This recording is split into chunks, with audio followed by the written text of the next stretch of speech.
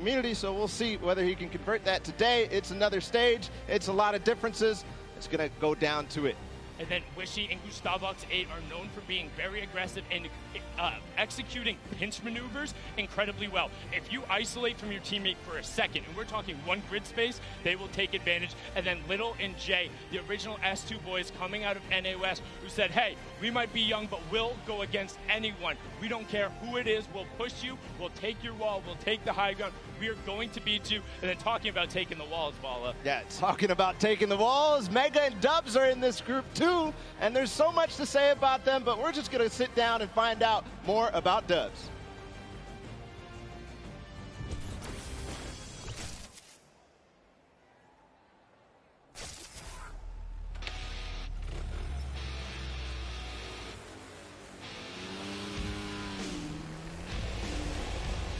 My name is Danny Walsh. You guys know me as Dubs. And I'm 16 years old.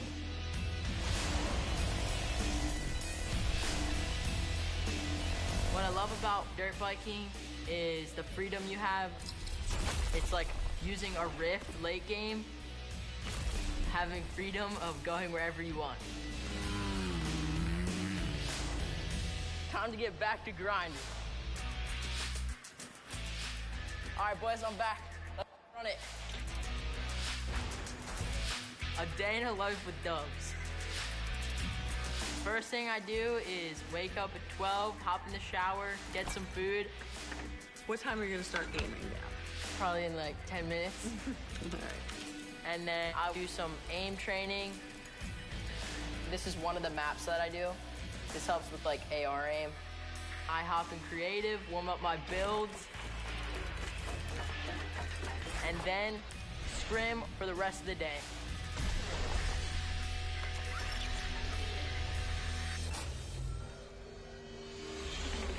I was a skateboarder. I skateboarded every day. My brother, he taught me how to skateboard when I was young. I guess he thought it was cool because I was doing it, and I would take him to all the day parks I would go to. So I was 13 years old, skateboarding at Woodward Skate Camp, and the first day I was there, I ended up breaking my femur, which I then had to go get a cast. I was in the cast for about a year. It was a long road back for Danny. He was stuck inside. I had to do something, so he made him very comfortable and got him a good setup for gaming. That's how I fell in love with gaming, because that's the only thing I could do. I really never got him back on a skateboard after that, and he kind of found who he was. He really just blew up overnight. If I hadn't broken my leg, I would not be where I'm at right now. I'm a professional Fortnite player. Oh my, you fixed it up! To the part below. Solos is my strong point. Okay, my heart's racing right now. You can dominate by going for picks or playing for high ground. The first time I qualified for the World Cup, it was crazy. People were shocked at what I had just done. He was not with an organization. They were thinking, who is this guy? He's got to be cheating. Nobody knows who he is. He was on a mission to prove them wrong. Dub said, look, I've qualified. I'm just going to come back and just flex on literally the entire region. To prove them all wrong, I qualified 4 times for solos and once for duos and joined FaZe Clan. Dub's consistently good. I play with so much confidence. I just love the game so much that I just want to put every minute into grinding, so I can be the best player I can be.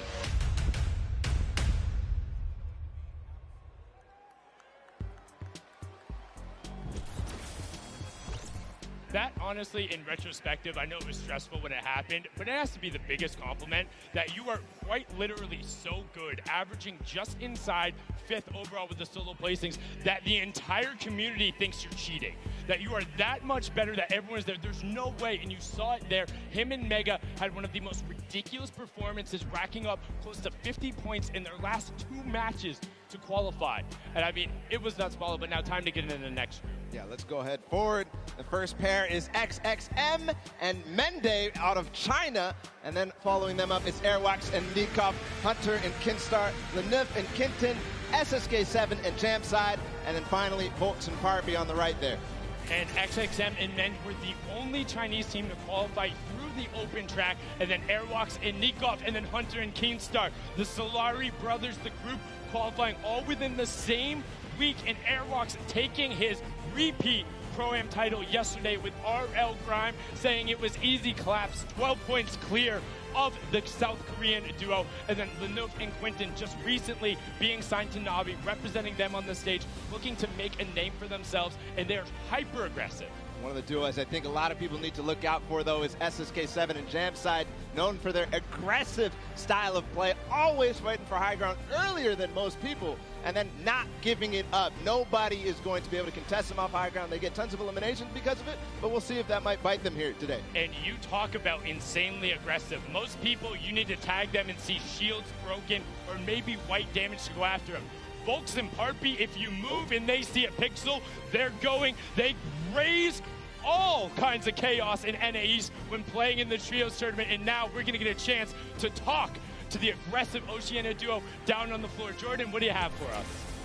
I've got Parby and Volks here, 2 of the most astonishing talents out of Oceania. You guys are coming all the way over from not only Australia, but New Zealand, facing off against some of the best talent, not only from your region, but the rest of the world. We've seen that there are different play styles from kind of everywhere. We all know this, but going into this, how do you prepare? How does one prepare up against these play styles? I just eat a fruit salad, just have a shower, get off, get some water, have a fruit salad, and then just try to get hyped. Love it, regardless of the region. That's great. Fruit salad, you can take care of NA East and EU and everybody. Now, the most astonishing thing here is this record, this elim record of 102 that you guys had, the single most elims in 1 week. I don't think anybody would expect for either of you guys to be super W key today because of what you're up against, but what is your strategy going into this? Just play slow and just hopefully make it to endgame and just get high. That's basically it. Beautiful. Well, we're going to see it here very soon. We can't wait.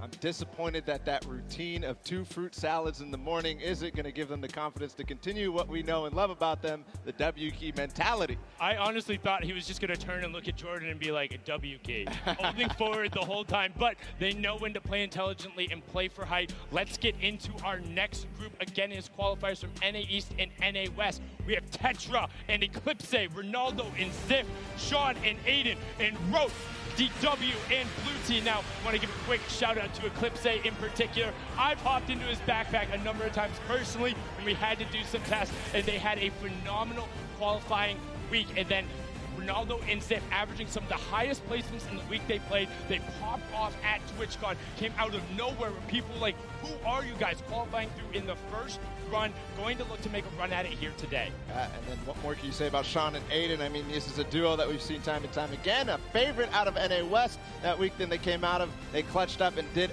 amazing things. Both of them took part of our Pro-Am tourney yesterday.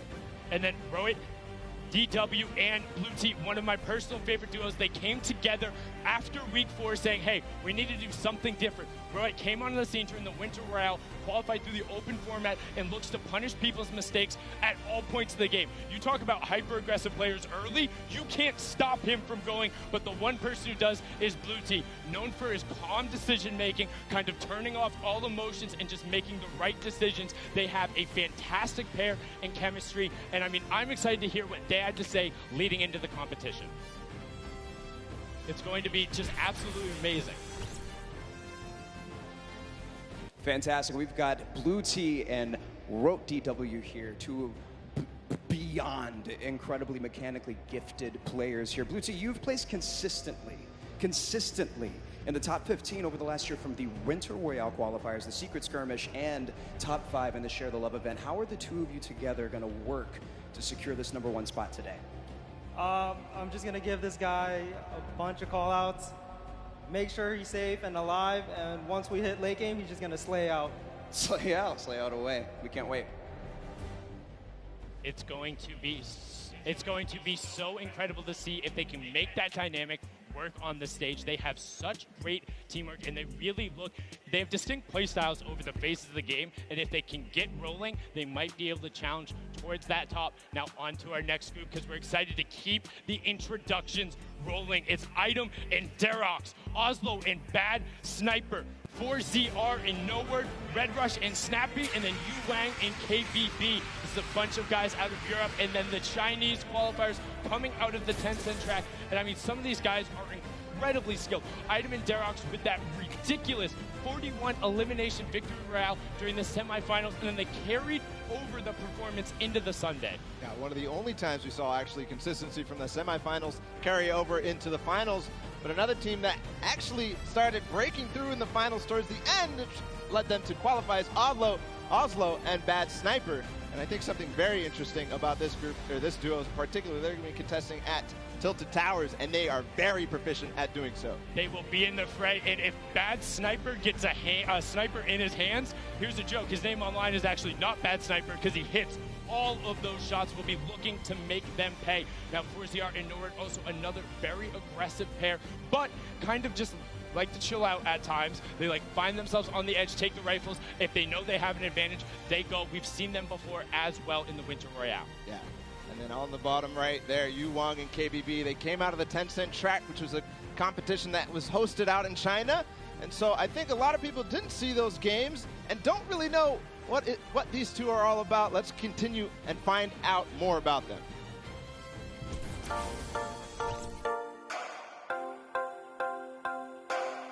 心情的话，非常亢奋吧，就可以跟各国的选手切磋。如果想跟一个队来对抗的话，我更希望是跟芒果那队。要对游戏的喜欢，对吧？然后对游戏的理解，还要有一个信仰吧，就是想成为冠军的一种念头。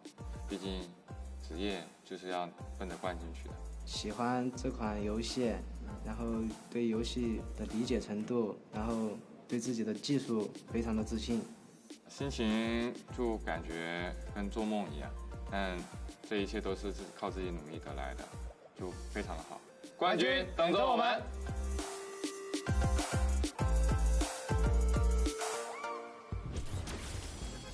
So happy to see their level of excitement and to be here representing China through those Tencent track. It was amazing to watch them play in those games. A distinct different style, but also very built-in rifle-centric. Will be one of 2 Chinese teams representing. And now into our last section of qualifiers. These were the guys who ended up qualifying in the final week. The last chance to be there. It's Slacks and Keys, Calculator and Macwood, Zone and King, Epic Whale and 4DR Storm, and then Vinny and Zexro. And I mean, so many of these guys we could talk about right now, but the one I want to focus on, King and Zone, coming out of Argentina. They are ridiculously aggressive, know how to go full send, and I think people will be surprised. They're able to execute on a level where if they get rolling, it's going to be very hard to stop them. It's one of the same situations as the kind of Chinese duo, at least at smaller extents, because a lot of these guys don't know how they play, don't know how to respond when the play style that they haven't gone up against is shown. But one duo I want to talk about is Epic Whale and Storm, because this is one of the few fully qualified duos. We'll see both of them tomorrow, and what a way to do it, because they came together at the last second as well. They came together in the final week knowing it was their last opportunity, and they wanted to be there. They wanted 2 seats on the stage in each one of the competitions that have really separated themselves. But speaking of somebody who separated themselves, Zexro and Vinny. Zexro, the original pioneer of the My Wall Now. I'm going at you. I will win the game with 16+ eliminations, and there's nothing you can do about it. Him and Vinny broke through everything, coming over not only Zexro's wrist issues, but a little bit of kind of turbulence between them. They're actually not even going to be dueling after this competition, so this will be a last hurrah, and let's see what Zexro and Vinny have to say. We've got Vinny and Zexro here. Very excited to see you guys. I know that a lot of people are thrilled and excited to see what you guys have planned for today. And you both have been competing both very well in duos and solos over the course of the year. How do you think that the competition today is going to compare to the rest of the competitions that you've had leading up to the scrims, whatever the case may be? For sure, the competition's definitely going to be hard today. Probably the hardest competition yet, but I'm very confident for us to succeed today. So awesome. Well, we believe in you guys. Now, Zexro, you told us after qualifying for the last week of duos that you were suffering from some tendonitis. Preparing for a competition like this, especially at such a high caliber, there's got to be a lot of stress involved with that. How have you been physically preparing for today? So basically, I didn't really play much, and then I would just VOD review and everything. I would just play on the qualifier days, take a lot of a leave, you know, and then it started going away at the end, and then qualified, so we're chilling. Fantastic. Well, we're all really excited to see you guys. I know that a lot of people are, a lot of TSM fans here and all over the world. It's going to be a great day. There you have it. It's proof that it's not all about just grinding and playing all the way through. You got to do your VOD review. You got to take care of your body, get those wrist stretches in. That's Zexro's story there. We'll see how they perform today. We've got one final group of duos to let on the floor. It's going to be Serpent and Hype, Wolfies and Rojo, Skite and Vato, Forwinds and Tux, Cluja and Thomas HT, and then finally Puz and Ming. I mean, there's so many players in here you can call out. Serpent and Hype were the original. Can you translate it to Sunday? They won so many of those semifinals, and in the last week, were able to do it. I got an opportunity to actually talk with Rojo in the practice room, and he says he's excited to be here, wants to play, wants to get on the stage, and knows he'll be able to enact their game plan. He wouldn't tell me what it was, and I wouldn't leak it anyway. Though the stream duo, kind of a little bit of parity there between Vinny and Zexro. Skype battling a ton of wrist issues and then able to overcome it, and I got to speak with him as well, and he's like, I'm just happy. I'm glad I'm here, man. And there was a fantastic post he did about it. Yeah, he had that twit longer where he basically went through how he lost his confidence because of his wrist issue and then gained it back because of the support of all you guys at home who supported Skype through his journey, and the French community doing so as well. Moving on forward, Vorwin and Tux, somebody I think is very interesting because they qualified and moved through the entire, they switched duos at the last second, so same thing. And then you have Cluja, a player who qualified as well for the solo competition, and Thomas, his partner from Singularity. And the final duo, Puz and Ming, representing from South Korea. Unfortunately, there was an Asian team who was unable to make it. Puz and Ming having won in the Week 8 qualifier where there wasn't an additional spot. And on top of that, their consistent placements earned them that alternate spot coming out of the regions. We had an opportunity to talk with them and have a package set up, and let's see what they had to say.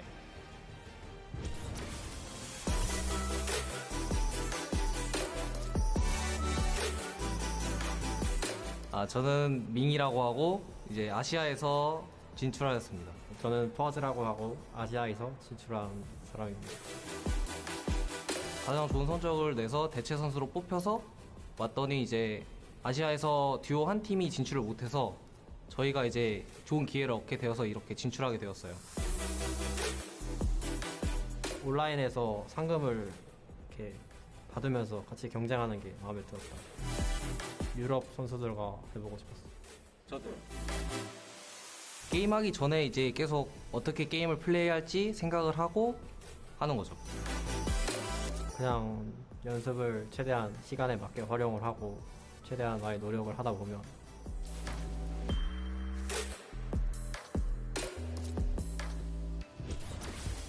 I mean, I can only imagine what is going through their heads. First, taking the top spot in a week where there wasn't a qualification spot, and then having one of the most consistently best placements, then being chosen as an alternate, and finding out you were going to be competing, having a chance to represent Asia and South Korea here, and they are very good. They're known for playing aggressively, trying to find a side of a zone, box themselves up, and get some shots towards the side of the rotation. If they can get that position, don't expect them to not be dangerous, because they will make some waves, and that's the competition competition. Those are all the players. Those are the 100 best Fortnite players in the world, the 50 best duos. And now there's a duo in particular. We talked about it. The loudest duo when they're announced. They want to be the loudest duo when all is said and done. We have Mitro and Mongrel down on the floor. Jordan, what do they have to say? We are all so excited to see these two play, and honestly, to hear their comms. That's one of my favorite things when I watch these guys play. Now, competing online and competing at a LAN is two very, very different things, obviously. What is the preparation like going into competing at a LAN together? Competing at LAN is definitely different. Personally, I like it more just because I like the environment, but online is easier, but I don't know, I just like LAN more. Fair. You can't beat the energy in a stadium like this. A lot of people are really excited and stoked to be here, and especially to see you guys play. We can't wait. Thank you so much, Jordan. And now, just those guys, they sound excited, but that's it. Enough from us talking. The 50 best duos in the world are on the stage competing for their share of $15 million, Balla. And I mean, 6 games away from winning $3 million to the top duo. Just think about that. 6 games, and then we'll find out who is the best duo in the world. Hands down, no question about it, the best. 6 games. We're going to do that real soon. The duos world champions will be crowned, but that's it. The pre-show is over. Enough from us up here. We'll be breaking down gameplay later. We're going to toss it on inside to kick the show off. You guys have a good one.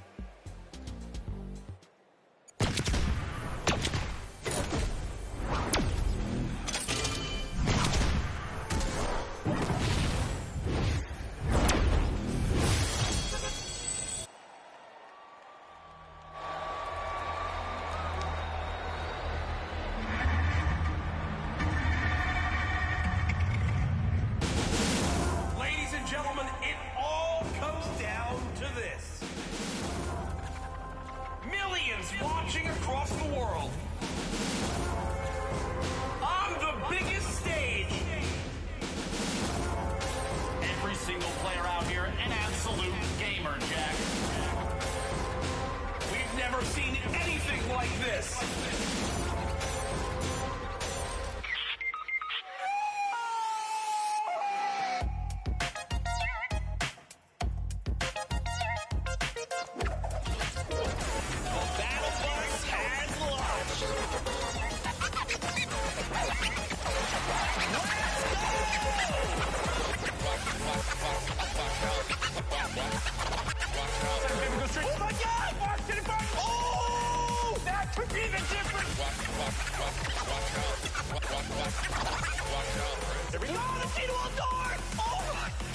Okay, I'm gonna lose my freaking voice. It's amazing. It's like, you feel so free, it's ridiculous. And then we just kind of watched, like, our names pop up on the screen. It was pretty surreal. It was a huge sigh of relief. All the hard work we did just finally paid off. We were kind of going nuts. He finds the zone, he has to go forward though, because here's the change in elevation. He finds the first shot, he finds the second, and he does! Speed left! That is why he's a World Cup qualifier! This is it right here, the 1v1! Who is the other player that's He takes what? Damage to himself, and all of a sudden it's complete chaos. What a win! Victory Royale! GG!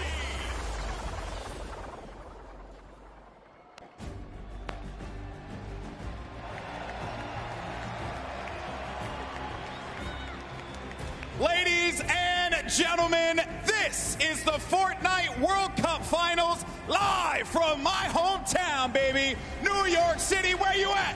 Where you at? That's what I like to hear. That's what I like to hear. This is it, people. The moment that we've been waiting for. 10 weeks of competition leads to this. I'm your host, Golden Boy, and I couldn't be more pumped to be here because we're about to see the greatest Fortnite players in the world go up against each other in duos competition. Millions in prizing on the line, and most importantly, what's right behind me, the championship, the trophy, and the first ever Fortnite World Champion. We're gonna crown that today, and it's gonna be awesome. And I wanna know if everyone here in the Arthur Ashe Stadium, are you hyped? Are you ready? You know what?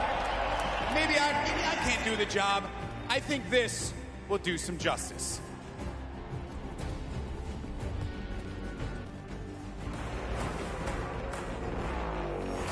No pain, no gain, no guts, no glory. I'm a one-man army, ain't a one-man army. Ain't no weapon formed against me, and you already know the rest, so you know your best ain't gonna stress me. If you the best, I'm the next thing.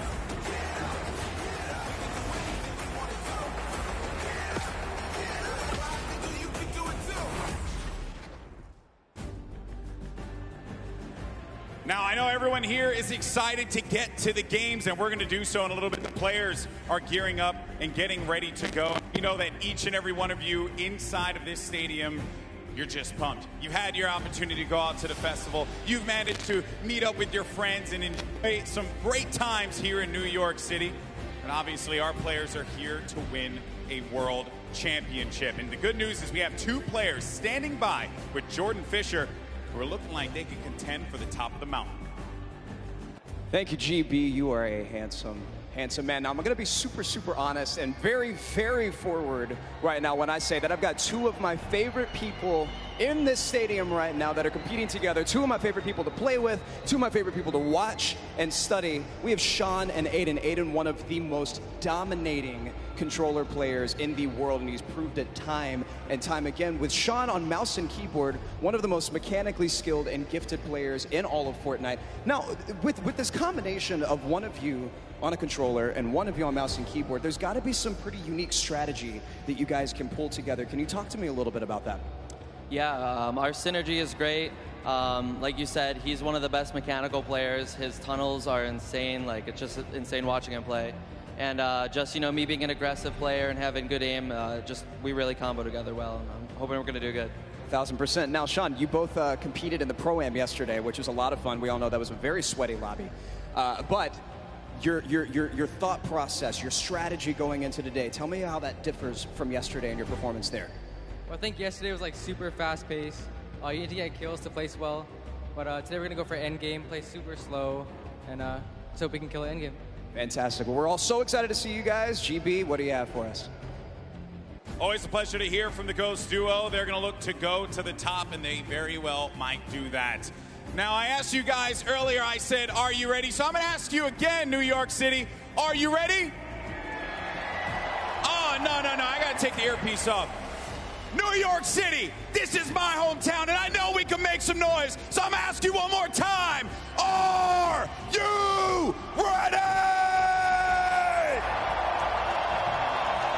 The Fortnite World Cup Finals start now. Let's send it over to your casters, Courage and Ninja.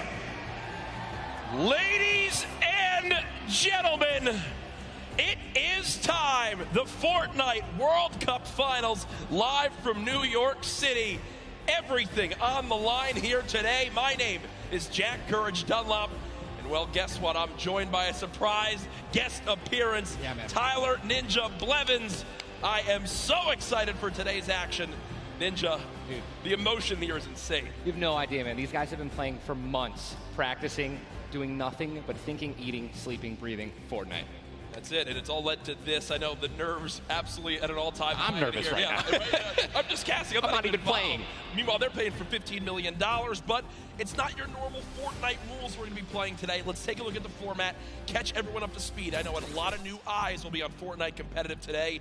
And Ninja, here's the format for points. So, this is duos. If you place in the top 15 duos in this game, they earn 3 points. Top 10, they earn 5 points. Top 5, they earn 7 points. And finally, the victory royale, they earn 10 points. Now, those points cannot stack, meaning in a game, you can only get a max of 10 placement points. Also, 1 point per elimination. So finding that good balance between elims and placements will be very key.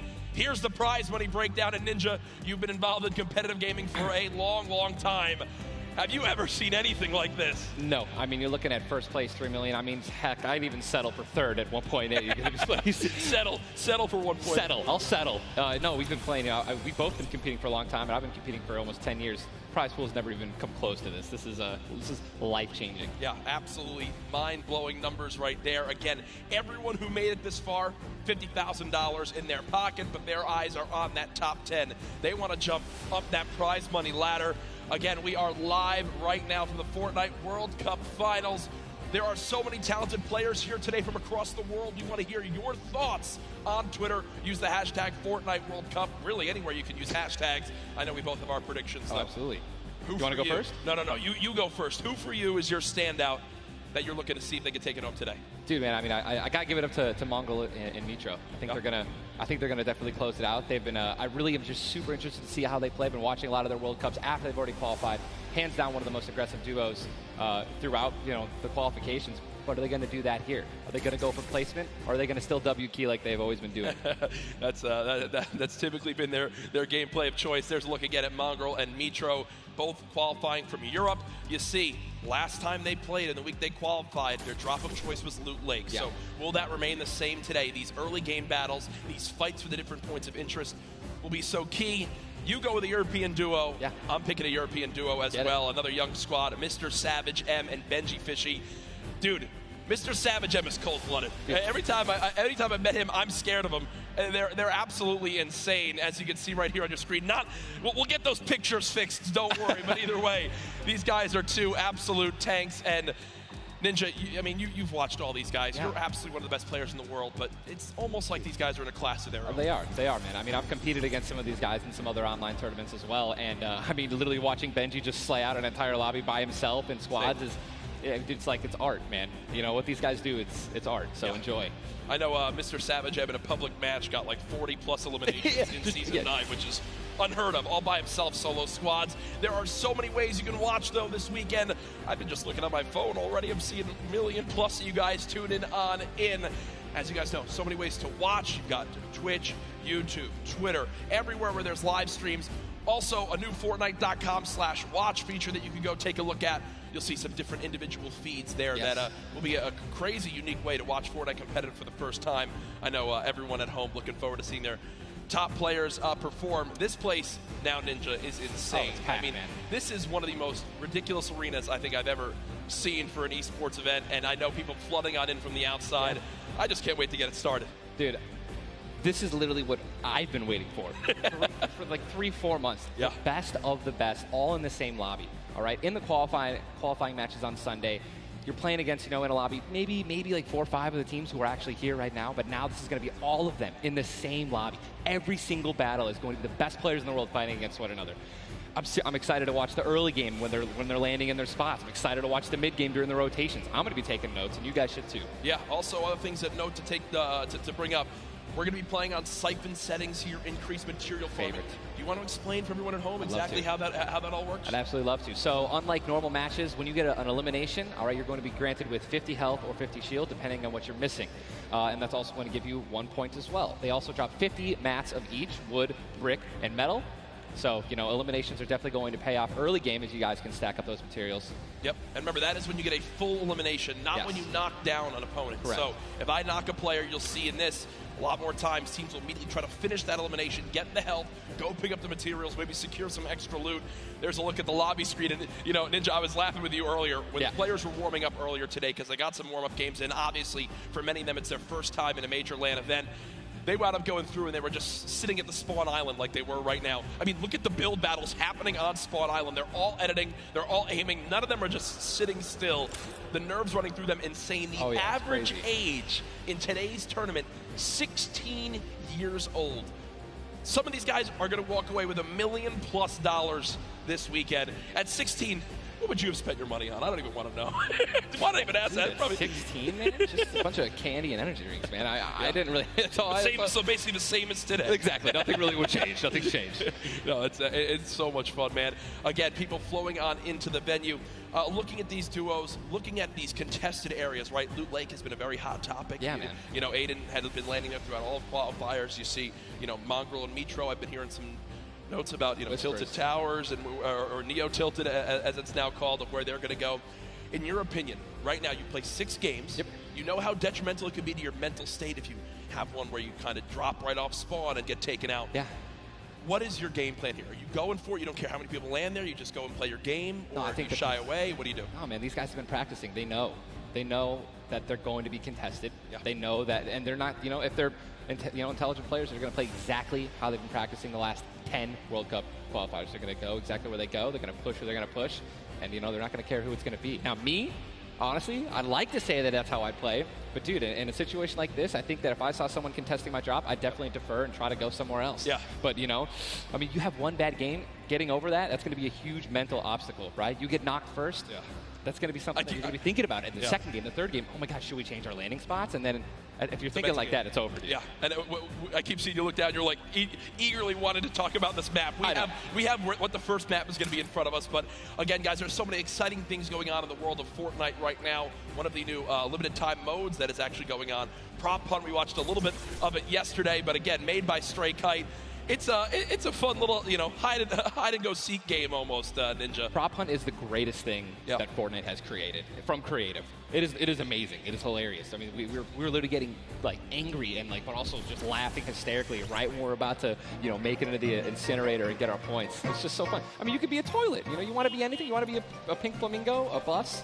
Go for it. Dude. Go for it. Just go for it. Yeah, we've had some fun games of Prop Hunt that we play. But again, right now, live in the gameplay for free, Prop Hunt. A little bit different than the competitive settings. Obviously, Arena, it's been talked about, Ninja. This is the most played in qualifier for a tournament ever in the history of gaming. 40 million competitors, down to the top 200. To be exact, 178 because of the double qualified players. Right. That is, you can't even put in your head just how insane those numbers are. I think it's just important to show and let everyone know that, man. Just Epic continues to change the game. Making these qualifiers online, it just allowed so many of these kids to be here today because they've been able to play it, from the comfort and safety of their home instead of traveling across the world just to qualify. Yeah. So I think this is one of the first times we've seen something like this, a qualifying like this, and dude, I'm just excited to watch these kids dominate the next freaking 4 hours, 6 hours. I'm ready to stay here all night. Hey, I'm down to stay here all night. I have no problem with that. I'm sure the Arena is as well. When you talk about LAN events, right, you have so much competitive experience. You've been to so many across different games and genres. The one thing that stands out to me, though, it will never feel the exact same as it does as playing at home. So for these guys, what are some tips that you can share or you think that they should kind of take into account as they're playing, maybe on LAN for the first time? Well, do what I always tell people when they're saying, hey, Ninja, I'm going to a tournament, any advice, right? It's, dude, do exactly what you do at home, all right? If you wear socks and, no shoes at home, that's what you're going to do. If you don't wear any socks at all or you wear sandals, you wear that. If you wear nothing but sweats and PJs when you're gaming and practicing, that's exactly what you should be wearing right now when you're competing, right? Yep. Don't try to change anything up. Drink what you normally drink before the games, water, energy drinks, whatever the case may be, or, eat what you're going to eat. Do not change anything up. It's very important to get in that mental state of what you do and how you've been practicing the entire time at home. I've even heard of stuff as far as don't change your sleep schedule and what you're going to do for this. Literally take it like it normally is. Now, again, we talk about how there's $30 million on the line of the Fortnite World Cup Finals across today and tomorrow, but there's already been $3 million in prize money given away this weekend. That happened yesterday at the Creative World Cup Finals. Let's take a look.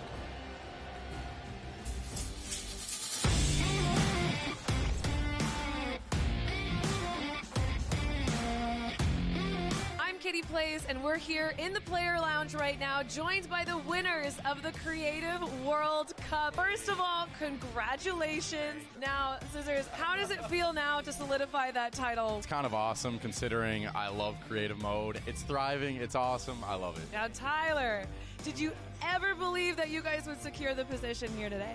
Yeah, I always knew we had it in the bag. We're the week 1 qualifiers. We're the most stacked team.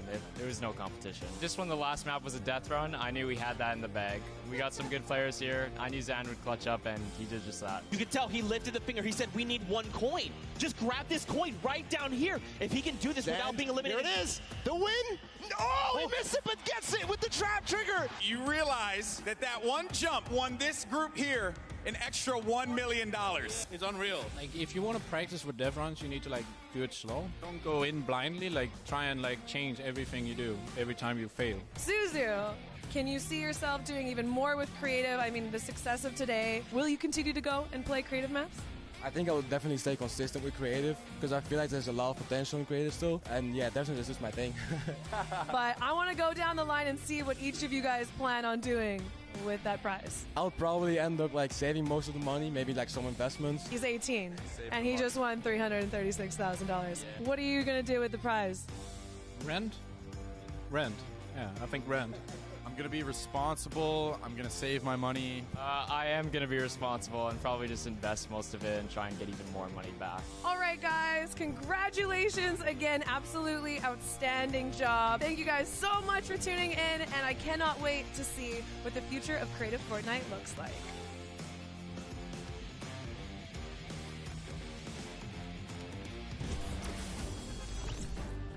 The Creative World Cup Finals, so much fun yesterday. Again, congratulations to Scissors and his team.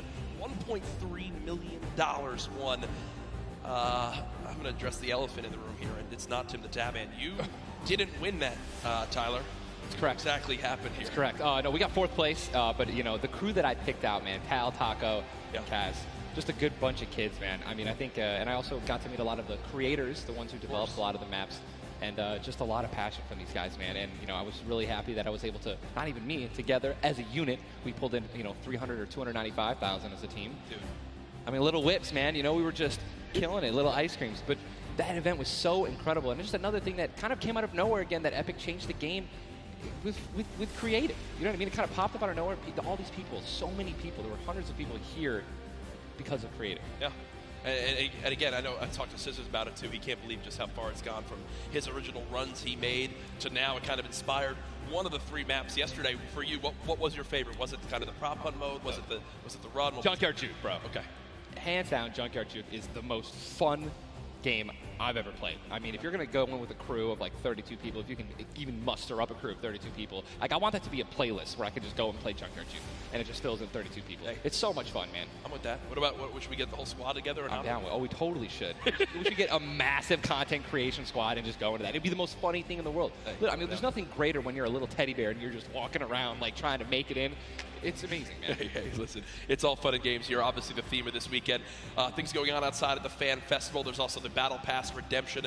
Everyone here has got tickets, has the commemorative tickets. So many things to look back on and remember these moments. For a lot of people here, whether they're players or the individuals and fans who traveled, it's their first time to New York City, such a legendary, iconic place to have this major event. You see, again, the crowd continuing to fill on in, just getting some final things set up for the game so we can get it all launched for you. But trust me, we're all eagerly awaiting the start as well.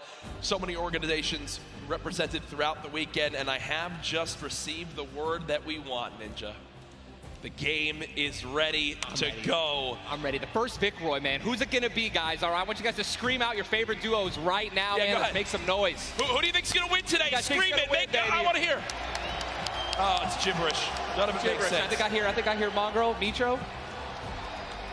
Here we go. Ladies and gentlemen, the Fortnite World Cup Finals duo competition begins right now.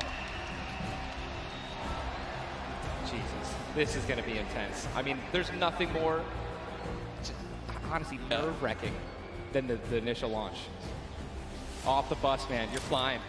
Someone's going to die. Someone's going to be eliminated. Who's going to be the first one? Yep. You don't want to be the first one knocked out in the World Cup. You know, I mean, literally, I knocked him like, you know, it was the first game in the Pro-Am, and that was just amazing. You can't live that down. I don't want to be the first person knocking this. No, for sure. As now we immediately hop on board with my pick to dominate today, Benji Fishy and Mr. Savage, and they're heading right towards Happy Hamlet, a place they've called home so many times, and this is contested. It's already contested. You're flying on into here, Ninja. The early game's so key, and already Benji Fishy trying to put shots down range with that revolver, but area is contested. You see they're kind of split from each other right now.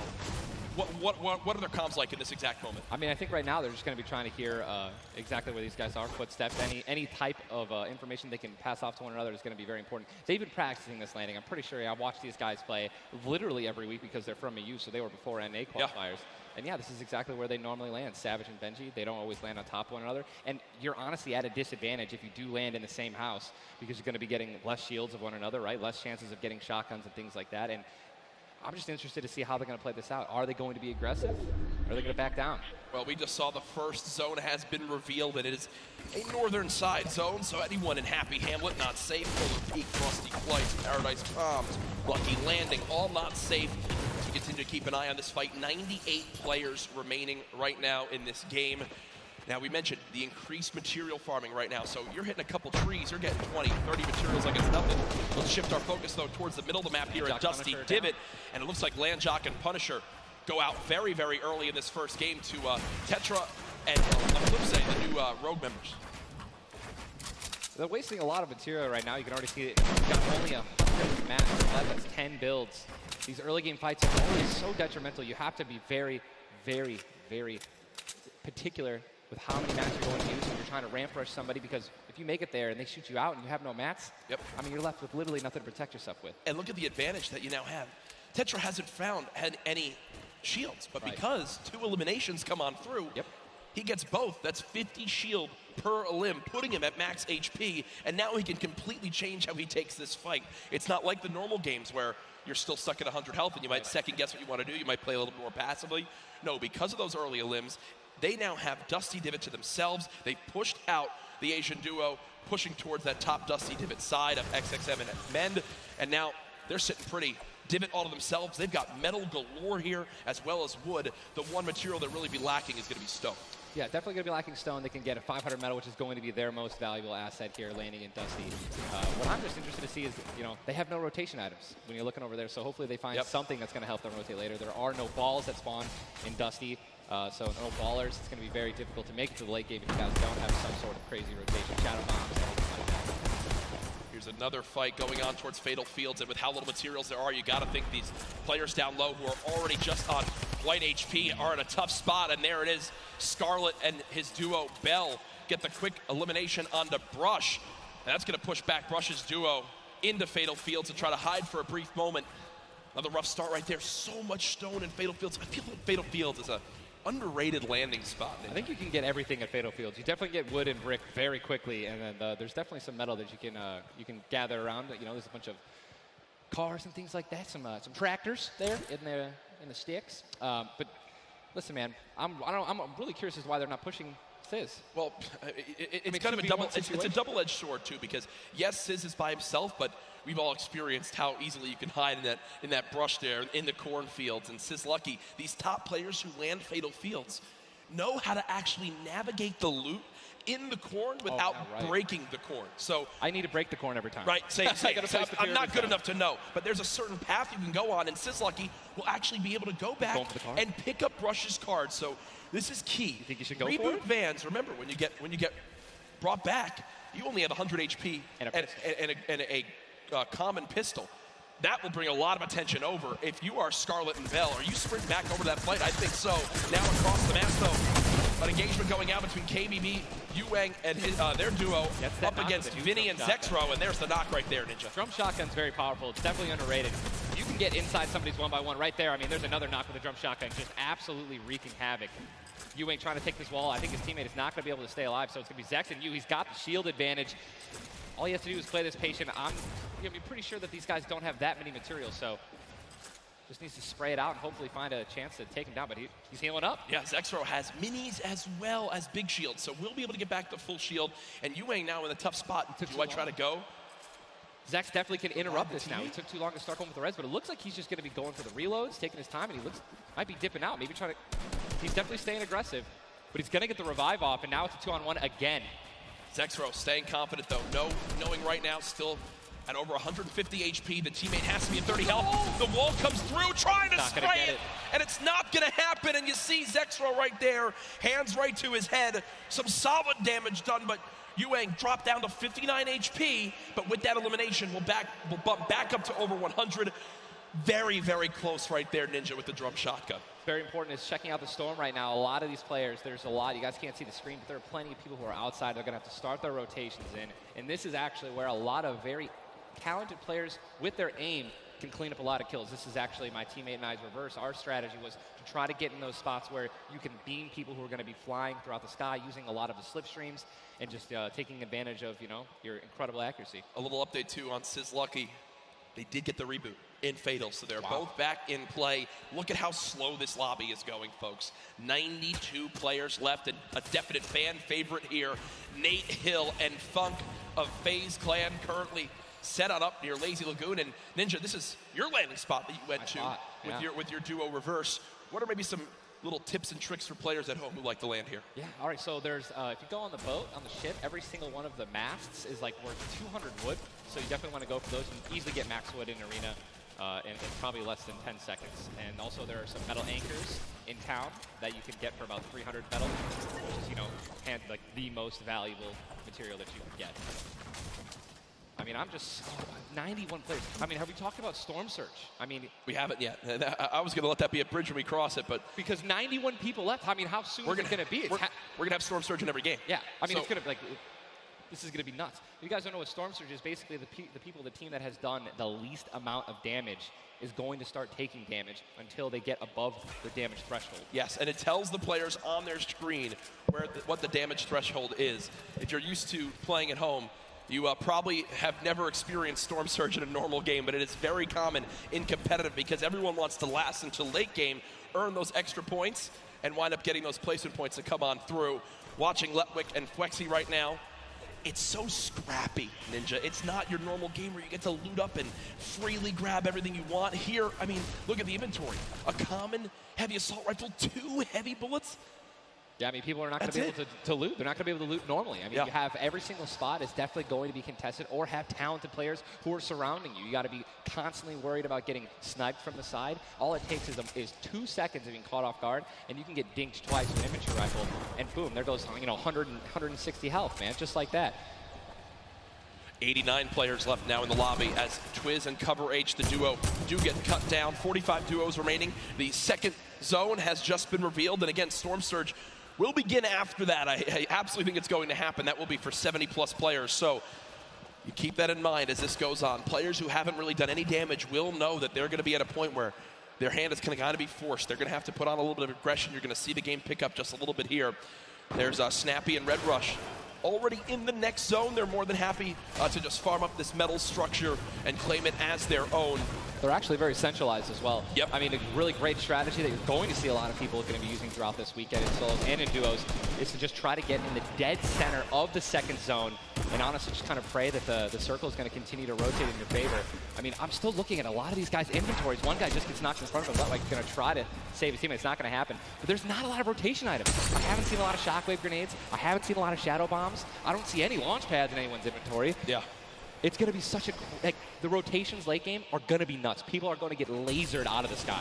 And Letwick now all by himself in a 1 versus 2 as his teammate did go down. You see Parpy and Volks still quite healthy between the two of them. Over 140 HP for both of them.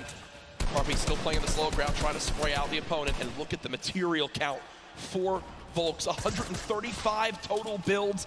It does look like Letwick just kind of ran away, but I don't believe Letwick was able to grab his teammate's reboot card. So will basically be by himself for the rest of this game. You know, it's going to be almost impossible to perform alone when your teammate is knocked. And there's the Storm Surge warning. These guys are 106 above it. You guys can see that, which means that there's somebody who has 106 damage less than them that is currently below the threshold, and they are going to need to hit some people, deal some damage. And that's actually the beauty of Storm Surge, right? You don't necessarily only want people kind of just lingering around in their 1-by-1s, praying that the circle moves to them. You're gonna see some fights that are gonna be forced to break out because players need to get above that or they're gonna die. They're not gonna be able to make it. Now moving towards the Dusty Divot Diner. You see Clicks I didn't and even know you could Skeptic. farm this. Yeah, the very young duo from NA East, and you just said yourself, I didn't even know you could farm this. Didn't even know you could get down there. This is the beauty of it, right? These are the top players in the world showing off the little things that they know that really no one else can pick up on. Many teams already stacking here as there's so many materials to be farmed up. And for a lot of players, Ninja, once they get max, they don't just stop there. They keep farming to have an excess for more if they need to expend a lot of materials quickly. Yes. On the bottom right of your screen, you see a fight going down in Salty Springs. A lot of grenades being thrown right there. That's going to be Serpent and Hype. Serpent and Hype in a pretty decent spot. You're seeing, if you guys can look on the minimap that we're staring at, every single team is now in the safe zone. Everyone is safe in the next circle. It is moving in. And this position. You see double heavy sniper is in play. For those of you guys who do not know, a heavy sniper will take out a metal wall. It'll take out pretty much anything. It does 1,500 damage to structures. So if you have two teammates who have double heavy snipers, they can see a team, line up a shot of somebody hiding in a 1-by-1, and be able to take them out. And that changes the game completely. Once you hear double heavy, you can no longer sit still ever. Or if you know where they're at, you have to make sure you have at least 2 walls of cover on that side to protect you from the inevitable double snipe. And when we say double snipe, it's as far as 1, 2, 3, shoot. And they both fire at the same time and catch you off guard. There's absolutely zero time to react. And one thing you guys we were talking about are the rotation items. We got 6 shadows for this guy, and they have a baller, so they're sitting pretty. I think these guys are in a great spot. Absolutely. And you see the zone did just update towards the northern side of this current storm. Storm Surge is now in play, so players beginning to drop. 80 players in total in this game. They will just rotate on out of here. Hype and Serpent don't want the fight. And that's Jay, now quite weak. With Storm Surge beginning to tick in. Quentin and Lanouf now having to push a fight as Storm Surge is affecting them as well. And you see it just kind of smites them down from the heavens, and there they go. Getting dropped by Storm Surge. Unfortunate for them, but again, with not enough damage done, they do fall below that threshold. Jeez, man, Storm Surge really does just force people into some pretty tricky situations. But again, man, it just goes to show a lot of aggressiveness is going to pay off for teams, man. You don't want to be put in that situation where, you know, you have to desperate and push. Maybe a duo that's better than you in combat. You know what I mean? And Airwax and Nikov that's a replay. Was that a replay? They just went down. Airwax and Nikov are winners. Well, Airwax at least are back-to-back winner of the Pro-Am. Does go down. Airwax double qualified as well. Tough first game for them as they do go out quite early on. 71 players left in this game, 38 duos. Again, it's a slow crawl as everyone begins to drop. Have you ever seen anything like this in competitive No, I think that the only time that we saw numbers like this were when the circles they didn't really chunk that much and they were more centralized in the beginning of competitive. So really no one had to rotate that much and no one had to fight. So now that these circles are really just kind of moving around the map, you can't really predict them. I mean, you're getting these players who have, again, the great aim, and they're just beaming people who are focusing on trying to rotate into the circle. Now look, there's so many people coming from the south right now. And it's just free kills if you guys are in a top position with solid aim, man. You're going to Texture right now, already getting beamed. He's spamming the spacebar, trying to make it as difficult as possible to hit. He sees a lot of, look at it, already trying to figure out right now, where's he going to land? Look at all these people who are already boxed up. They're already creating these tunnels. More shots coming down. And he's going to be able to make it. 8 grenades. So that's going to be, I mean, if he can get in a position where some players are already getting focused on the outside, 8 grenades, he might be able to clean up those kills too. Yep, that's right there. They do box up in time. Did take some shield damage, but thankfully they have some minis to replenish that in just a few brief moments as there's Eclipse now using them. He's got his teammate right next door as well. Medkit, so they're going to pop that too. Every little bit of HP matters. Saving the campfire for the late game, it appears. Ronaldo save the campfire. In the elimination feed right there. Here's a look at Mongrel earlier with his duo Mitro. As they're set up currently in this zone, 68 players left. Love watching this guy play, man. I'm serious. I mean, here's, you just check his inventory. Only got 2 guns right now, which is inventory rifle and a combat shotgun. So he has no spray guns. All right, spray guns are, you know, anything to an SMG, tactical assault rifle, SCAR, anything like that. You know, you've got to have a gun that can shoot pretty quickly to kill players and hit players through their 1-bys. You know, very difficult. Look at that healing too, though. Yeah. 5 slurps, 2 slurps, 5 chug splashes. And they already have a slurp ticking. This is insane. And they're super close to the zone as well. They don't have to move too far. Yep, and material-wise, look at that, 135 total builds. They're in a fantastic position to make some noise in game number 1. We'll definitely keep up to date with them. The slipstream slowly inching towards where it begins to shut down Ninja, but with so many slipstreams still available in this current zone, a lot of players are going to use that to rotate on in freely without using launch pads or the shadow bombs. There's your whole map right there, the eastern side of the zone. None of these players really going to be into play. They're going to have to inch a little bit more towards Loot Lake if they want to be safe. Some of the best, I mean, look at, these are the best players in the world, and look how close they are to one another, man. I'm so excited when they actually have to force into these fights. The Storm's going to start pushing them.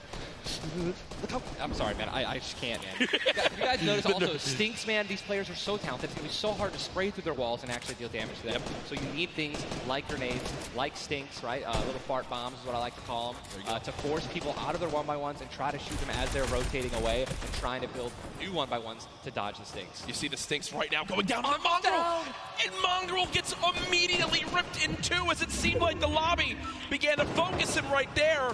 His duo still alive. With good rotation, luckily. Definitely has a bunch to, to be able to play with. The next Storm Surge has begun to kick on in. Mitro, 12 damage below, will have to begin to put shots down range. The zone pushing as well. So in this position, with the zone at their back, Mitro's goal, spray at players who have to push from the zone. They have one way they can go. They can't afford to take storm damage. They've got to push right out of it. Mitro knows that. Now begins the fire. Dubs just below as well. One of the players who qualified multiple times through solos and then once in duos. They also have some great rotation. 2 ballers still intact.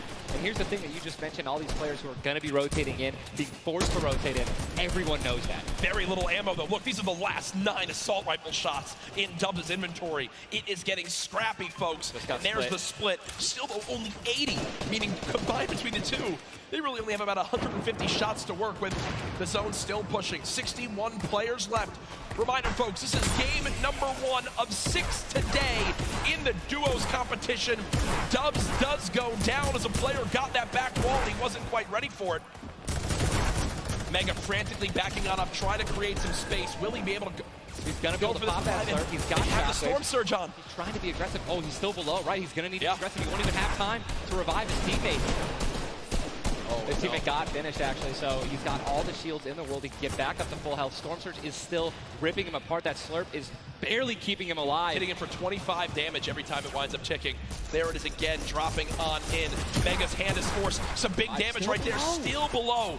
As players are continuing to drop all around, but Mega doing a solid job of keeping himself alive right now through the Storm Surge. Fantastic composure. Again, one of the young players on this stage looking to try to secure the title of Fortnite World Champion. No more Dubs. The duo still okay, down. So now finally above. Finally above. And guess what? The most important thing to realize, guys, look at that rotation. Yes, he's alone. Yes, his teammate's down. But he has an incredible kit to not only make it to late game, but maybe even clutch this win out. He dropped the shotgun. Got the combat shotgun, one of the greatest shotguns to have late game. Does incredible damage, long range and close range. And all the guys, the circle just rotated now into the storm. Massive amounts of distance needs to be covered. This storm surge is insane. It's still going on. Finally taken out. 52 players left. And this is where things are about to get serious, guys. Thomas drops some ammo right there for his teammate, Inclusia. And you see Thomas, that epic infantry rifle, one of your favorite weapons, Ninja. What is so good about that assault rifle? It 100% rewards pinpoint accurate players, right? There's no bloom necessary. Your marker, your aim is right on their head. Boom. You're going to get that headshot. You're going to get 80 points of damage. And there's now the upgraded versions, the Legendary and the Epic, have 10 shots instead of 8. So, I mean, it just packs a punch, man. It can really catch players off guard. And that's exactly what you're going to need when you're playing against these top players who will literally build and protect themselves when they get shot once. Folks, there are 45 players left in this very, very small zone. We are now on our 6th storm. You see it's about to begin to move, and players will frantically have to go across the map. Zayt and Saf right now discussing exactly what they should drop, pulling up their map, looking exactly where they have to go. 44 left in this one.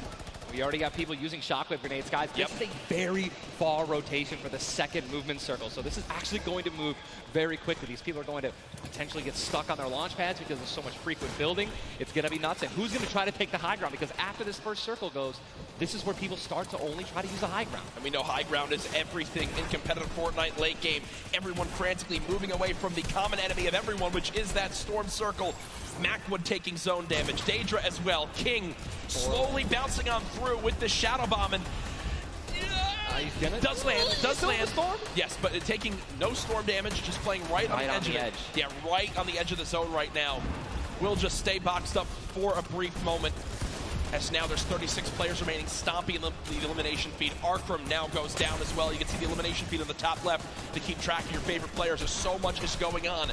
This is what tunneling is. When you hear players mention tunneling, this is it right here. You move with the zone, you tunnel your way in, give yourself cover, but not a lot of materials left. Only 22 builds, and this zone is stacked. But look who's on the high ground. It's Mr. Savage and Benji Fishing. That would be your 2 picks, so good for you. All right, I have to owe you a bet there, man. Watch that. All right. Mongo, unfortunately, do still end with Mitro's still alive. I mean, listen, people are dying left and right, being eliminated. More Savage just used another shockwave grenade. He already had high ground, though. The question is, are people going to try to take it? You know that if you really want the chance to win this, you're going to have to try to take the high ground off them or have a rocket launcher to just take him out of it. He's just so weakened. Mr. Savage just looks up and beams the player out of the air. It's all Benji, Fishy, and Mr. Savage in the elimination feed right now. 24 players left in this one. But almost 20 duos. There's almost no duos remaining, Ninja. Right, this is all solos, and this is kind of what's going to happen, man. Mr. Savage goes down. It's up to Benji, and listen, Benji's been in this position before. We know he can handle it. Nitro's still in the game as well. I just saw him. He looks incredibly healthy, but now taking some storm damage. Benji's just going to try it. Look at the materials. Not a lot left. They're only using their shadows. I think he has one build left. Yep. That's it. That's all he has. He's got 10 total builds. 10 total builds. He's just trying to outlast as many players as possible. Remember these placement points. We've made it into our top 10 duos. Now into our top 8. Zayt and Saf now. Zayt and Saf now on the high ground. This game. One of the few, the only duo left. This has a Zayt and Saf win written all over it. Mitro, Mongrel's duo, was all by himself from very early on. Still alive in this one. 40R Storm now getting beamed. Can the North American duo of Zayt and Saf close this out? Raining down fire from up top. You see the frantic builds coming in. Benji Fishy goes down. Mega, Mitro, and Scarlet on the low ground. Shots still coming on in. Zayt and Saf just sitting pretty. Mitro just got a double, I think. Mitro 5 limbs. Tries to get it done. Not enough. Zayt and Saf, 2 versus 1. Will they take game number 1? Yes, they will. Zayt and Saf had the high ground, and they used it the entire game. Rain fire from above. We're able to make up 5 limbs plus 10 placement points. That's going to be 15 points. Game 1. Talk about a monster game number 1. You saw the immediate reaction. They know how key that was. And I've watched so many games of competitive Fortnite, Ninja. They were the only duo left with still like 18 players remaining. Yeah. When they get the high ground like that, they send 1 player down to get close. Scarlet was already weak, and there's just no shot. In the end, the veteran players of Zayt and Saf take game number 1. And, you know, Ninja, that was a big topic of conversation. Players with LAN experience, players who've been around the Fortnite competitive scene at these major events for a long time. Will they let the nerves get to them? Guess what? The answer is no. Zayt and Saf take game number 1. Kept their composure. It was absolutely incredible to watch, man. And seriously, these guys have been absolutely dominant in the World Cup qualifiers online. And it's only fair that they continue to show their dominance here at the actual World Cup stage. Brilliant performance. You know that their game plan is always last as long as possible. Absolutely. But the fact that they made it through those storm surges, even with them not getting very aggressive, they had 0 limbs down to those final few moments. Mr. Savage and Benji Fishy, we have to talk about them for a second as well. The European young duo. They were on the high ground. It was looking good, Ninja, but so many players focusing them, the shockwave grenades as well, and they had no healing left. It's unfortunate, man. We have a group full of these players who are literally the best in the world. They know exactly how to win, right? So if they don't have the high ground, they know that whenever there is a moment that they have to shoot the high ground out with rockets, shockwave grenades. I think that's actually what happened. I think someone shockwaved up and knocked them off the high ground. Yep. But when you have shield like Zayt and Naftate at the end there, and that high ground, I mean, it's over, man. What a sigh of relief Incredible, for those two. Incredible first game. And we're only just getting started. We're only just getting started. Remember, 6 games being played today in the duos competition, in which $15 million will be rewarded. Tomorrow, we do it all over again, except with solos. So you'll want to stay glued to the streams here for the Fortnite World Cup Finals live from New York City. Use the hashtag Fortnite World Cup. Get involved in the conversation. Send to Ninja and I your thoughts after game number 1. Who surprised you? What are you looking forward to in games 2 through 6? For me, other things I noticed, man, you've got to be on your A game. When it comes down to taking note of where you are with the storm surge, those were longer storm surges that have lasted than I've ever seen before. I've honestly never seen storm surge affect the game so much. Yep. Because here we are having 80 people left after the second circle. So, you know what I mean? Like, and these guys, they're not going to let you hit them. You know what I mean? And if you want to put shots on these guys, it's going to be when they're flying in the air, rotating, which you also expose yourself to a sniper shot. You know. Absolutely. High risk, high reward, man. Right? It's Let's see how these guys change. I wonder if the guys who did get hurt a lot by the storm surge, are they going to make changes in the second game? Are they going to be a little bit more aggressive and trying to deal some damage as they rotate? That's what I want to know. That's a great way to think of it. I know there were so many people that want to give their thoughts on these games, but over at Unreal Island, we've got our very own Sundown with his thoughts on game 1. Thank you so much, Courage and Ninja. And the first match of the duos competition is over in the Victor Royale's experience wins out. We talked about Energy Zayt and Ghost Saf and how they've been playing so long together, and that endgame was a prime example of textbook Zayt and Saf. We're going to re-roll it one more time, and we're going to break down kind of how they were able to keep the control. Now, pay attention right away. You can see on the backside, Saf has one angle while Zayt is going forward, and they're moving back over the tarps they've already established, but the angles they take make sure they're covering everything. They hear the shots below, they're putting the fire down towards them, and Scarlet is able to pick up Mitro, but doesn't have enough to get out. Zayt and Saf, 5 eliminations, victory royale, 15 points, showing that their competitive experience, their experience on stage and at major LAN events is winning out right now. They say nerves, what nerves? We might as well be playing at home on our own stations because they are just that good. Match 1 is over. Time to get back over the stage for match 2. Ninja and Courage, take it away. Thank you very much, Sundown. Great stuff as always there from Unreal Island outside of the venue, enjoying the event themselves. But again, whew, game number 1 in the books. Obviously, so many updates to see exactly where we stack up. In the end, those final moments can be so hectic. So before we hop into game 2, we will have a standings update for you all at home. Who do you think's up top of it right now? Well, guess what? It's Saf and Zayt, but... And Benji, Mr. Savage, man. Just incredibly clutch solo moves and plays. Both of our predictions. Both of our predictions. And they're still up there. Guess what? Imagine when they're healthy and when they actually get some good rotation items. I'd love to see how they're going to play in the late game, man. Placement points so key. You did a great job pointing out Mitro at the end. Not only does he stay alive, not only does he perfectly use his materials and his movement items, but he somehow finds 5 more limbs, putting his team from probably an abysmal game 1 to top 3 in our leaderboards. Again, here are your standings from game number 1. Dubs and Mega, they wound up making it through as well. And that's because of Mega staying alive, too. Absolutely. Incredibly talented duo, man. Honestly, I'm looking forward to seeing what Aiden can do and Sean. So hopefully they step it up in this next game. Game 2 is about to get on its way, man. Are you ready? I am ready. Ladies ready? and gentlemen, in this sold-out arena, are you guys ready for game number 2?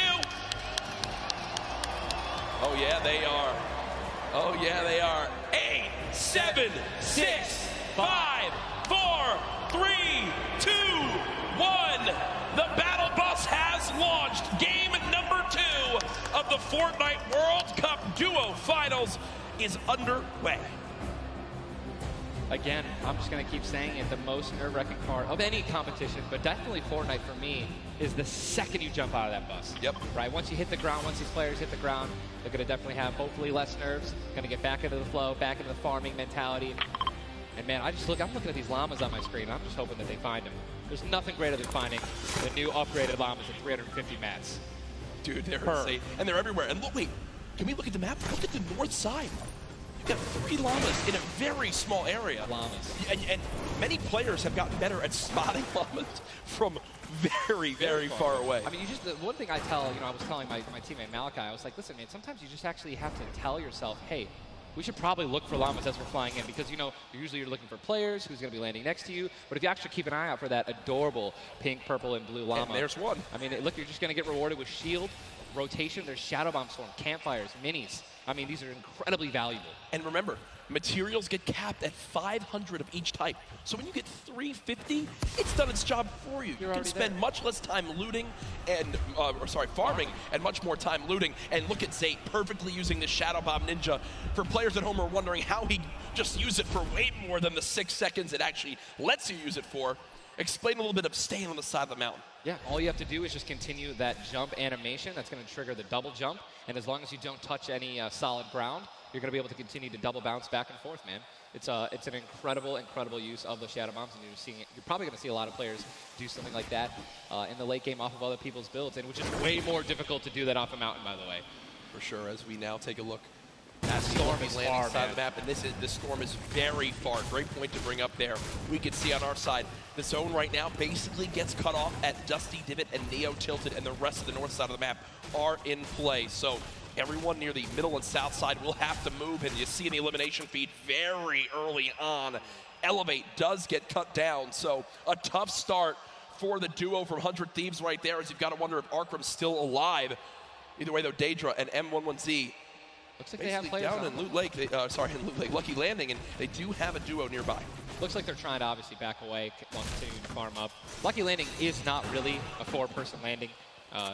When more than two people land here, one of them is going to be leaving a little bit handicapped. And Yuang in a fight right now, popping that last big shield, so all of his damage that he will take from now on will be permanent unless he gets an elimination and gets... Look at how good these stink grenades are right now.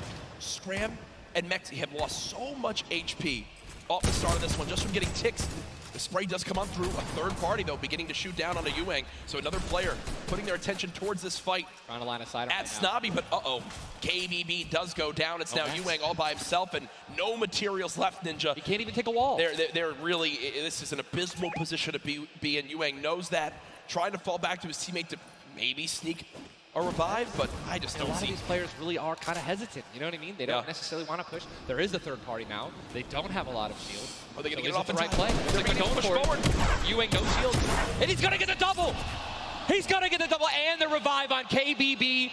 And there was some delicious shockwave grenades that just slid down the ramp.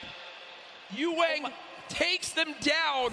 The 4 builds left. I believe there was some help. The shots that came in from that third team getting nearby, which weakened them at first. Yuang gets the cleanup on the last one right there. What a swing for the duo. Shot does come in onto Keys, though, as another fight going down just outside the desert side of the map. Keys and Slacks up against 2. Running out of materials already, and guess what? These guys are at the farthest point of the storm. Yep. So this is not, they can't afford this fight, right? The longer this takes, they're not going to be able to get materials. They're going to be burning all the materials in this fight right now. So they're definitely going to need these elims to make up for it. That was and he took the knock on Landjock. And Landjock and Punisher went down early last game as well, and it looks like Landjock will suffer the same fate here. Upgraded combat shotgun, you know he's going to take that. Punisher trying to make some plays here. Still, now it is a 2-on-1 situation. Just need to play the numbers advantage. And again, Storm is about to start moving, so they're going to have to make some plays sooner rather than later. No ammunition. Very few builds. No shield. This spells disaster, and Punisher goes down, and there's the frustration in the player camera right there. Slacks and Keys, 2 quick eliminations. But you mentioned they can't afford to do that. It takes so much time in that fight. They've got to go very far still. Now over to Neo Tilted, Clicks and Skeptic. In a fight. Got some shield. Doesn't necessarily want to use this mini to only get a 10. And he looks like he's trying to obviously take some walls, help his teammate out. No, he's getting taken. With the trap kill, he's going to get the knock. Unbelievable, incredible place. Bad Sniper goes down, and now he's continuing to branch out. When you guys are in fights like this, you always want to do exactly what he's doing right now, which is branch out, continue to build these little 1x1s with pyramids, try to confuse your opponents of where you actually are healing up. Skeptic, just 8 builds left. They're trying to stay alive right now. They do have the number advantage. Clips has time to pop 1 mini, and it looks like they're going to go for it right now. They made the conscious decision to try to build out, but no. They back up for a moment. Finally gets a shotgun. Yep. Shotgun picked up. Grenades now as well. They want to go for the second elimination. And we take the oh my God, we got some trap talk. Did he just take the L in real life? Did he just take the L in real life? Homie, this is land. This dude's going to come over. No, I'm just kidding. 40? But the Stinks come on in. Stinks coming in, 22 health left, Campfire down, he has. Oh, and look who's here! Third party, hello! Look who's here! NA puts up the take the L, and EU says, no, no, no! This is the World Cup, baby! I'm gonna show which continent is best. Mitro and Mongrel, full HP, and they storm roll through. 2 elims for Mitro, Clicks still right there. Down low. Wow, incredible. Look at that kit. Gold Scar, Gold Combat, Heavy Shotgun, I'm sorry, Heavy Sniper Rifle for taking opponents' walls. Look at, they're just stealing and bum rushing, and that's going to be it. And there's no shot right there. Skeptic, you saw, hey, putting on a show. I love it. The man does YouTube for a reason. But then also a fantastic player. I think speaks a little bit too soon. Aiden now on your screen. Does knock 1. Hasn't finished the elimination yet, so still will gain 50 HP if he can get the full. There it is. Now a 2 versus 1. Aiden and Sean. Look at how weak Sean is, though, Ninja. Sean has absolutely no health. A little bit of shield. Hopefully, we're going to drop some minis here. Aiden being the good team that he is. I'm sure he's calling it out right now. But it is also a 2-on-1, and they don't know, we don't know how weak this guy is right now, but if he is weak, they're going to look to try to trade. And there's a double shotgun shot for over 21 white. Players no shield left are going to try to put the pressure on. Sean has no health, and look how aggressive they're being. They're both one hit. They get out of the trap. They're going for it. They're saying, you know, you would have thrown the trap down by now. And there it is. And look at the take from Aiden. The jump out to the side, and they'll be rewarded with shields, with materials.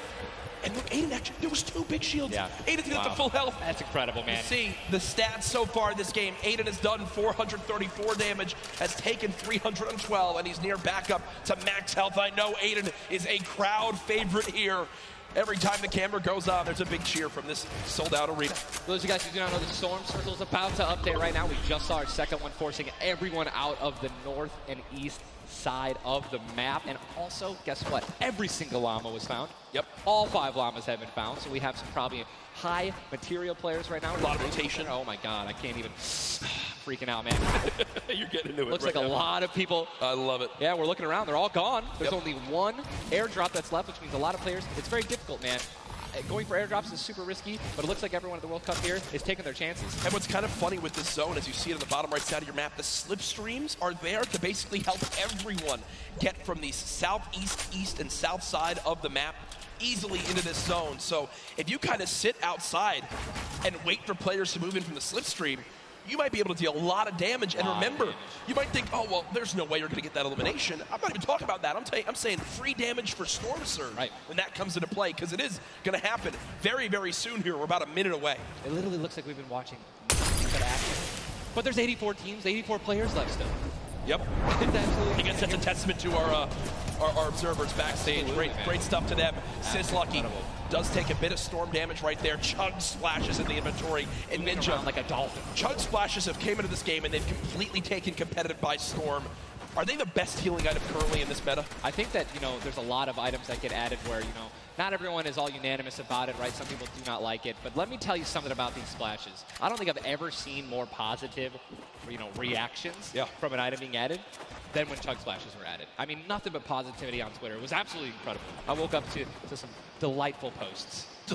Delightful Just some delightful posts. Yeah. Those of you guys who don't know what they are, each one splash, they come in packs of 2. You can stack up to 6. They give you 20 health or shield, whatever you're missing. And they're instant. You throw them down the ground, and they can be used to heal you and your teammates around you, as well as, if you really want to be a troll, your enemies that you've knocked.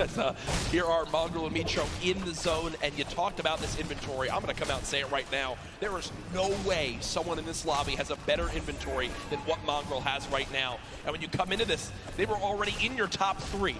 So they're in a position right now, Ninja, where they have a pop-off performance right here.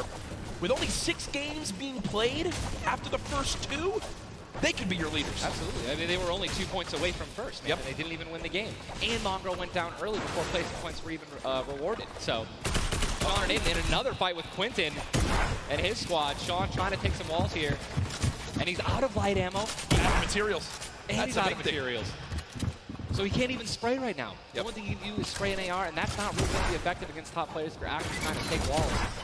Well, the player tried to drop a trap down low to bait Aiden, but Aiden does not fall for it. This seasoned veteran trying to cover his back. Players beginning to spray on through. Stink bombs dropping, and there's one of them. Another shot comes in. Gets his shield. That's why he went for the thirst. Yep. And grabbed the mats. 365 mats now. He is, or more than that. He's got. They've got to get out of the stinks. They've got to get out of the stinks. So weak 2. Look at how weak they are. And they can get both Sean and Aiden. I think that's exactly what they should. They split up. Now he's trying to take him one by one. He's getting pushed by more than one person. Quick reaction from Aiden, but this looks like it could spell disaster for the duo. Damage dealt 639. He does go down, though the quick edit comes making through. plays.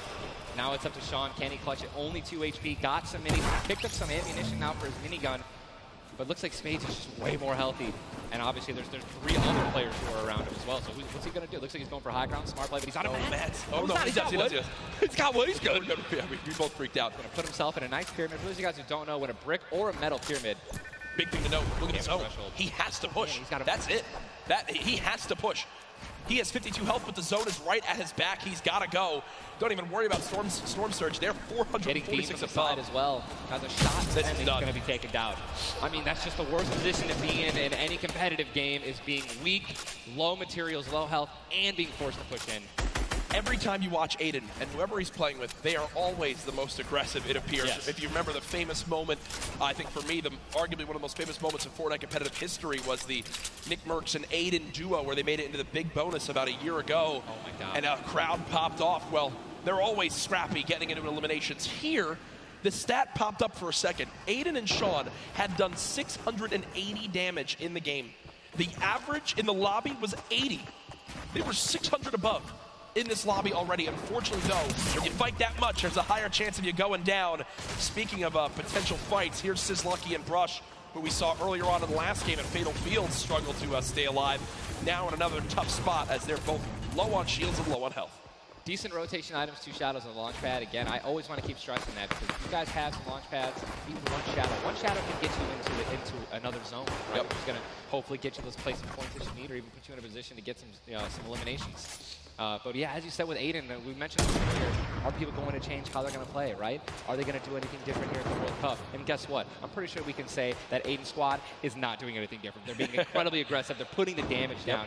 And unfortunately, there were just too many players who took advantage that they were weak. And that was the top 5 leading into this game. You see it updated again right there on your screen of where the leaderboard is at the moment. Mitro and Mongrel staying alive, in a great spot, holding this pyramid edit. And for people at home who might not know, he's not exposed right there, right, Ninja? He's peeking through his build. Correct. As you guys are peeking through a pyramid, you hit edit on it, you cannot be seen, right? And you can also see through it. It's a very amazing feature. Fortnite Battle Royale. Fortnite Battle Royale, the ultimate Battle Royale experience. Ultimate Battle Royale experience, man. Blue T is in the storm, taking damage, a lot of damage, and he's still going to be rotating. Road taking damage as well. Thomas going to have to make some plays. And there goes Road. He actually just got knocked. 66 players remain.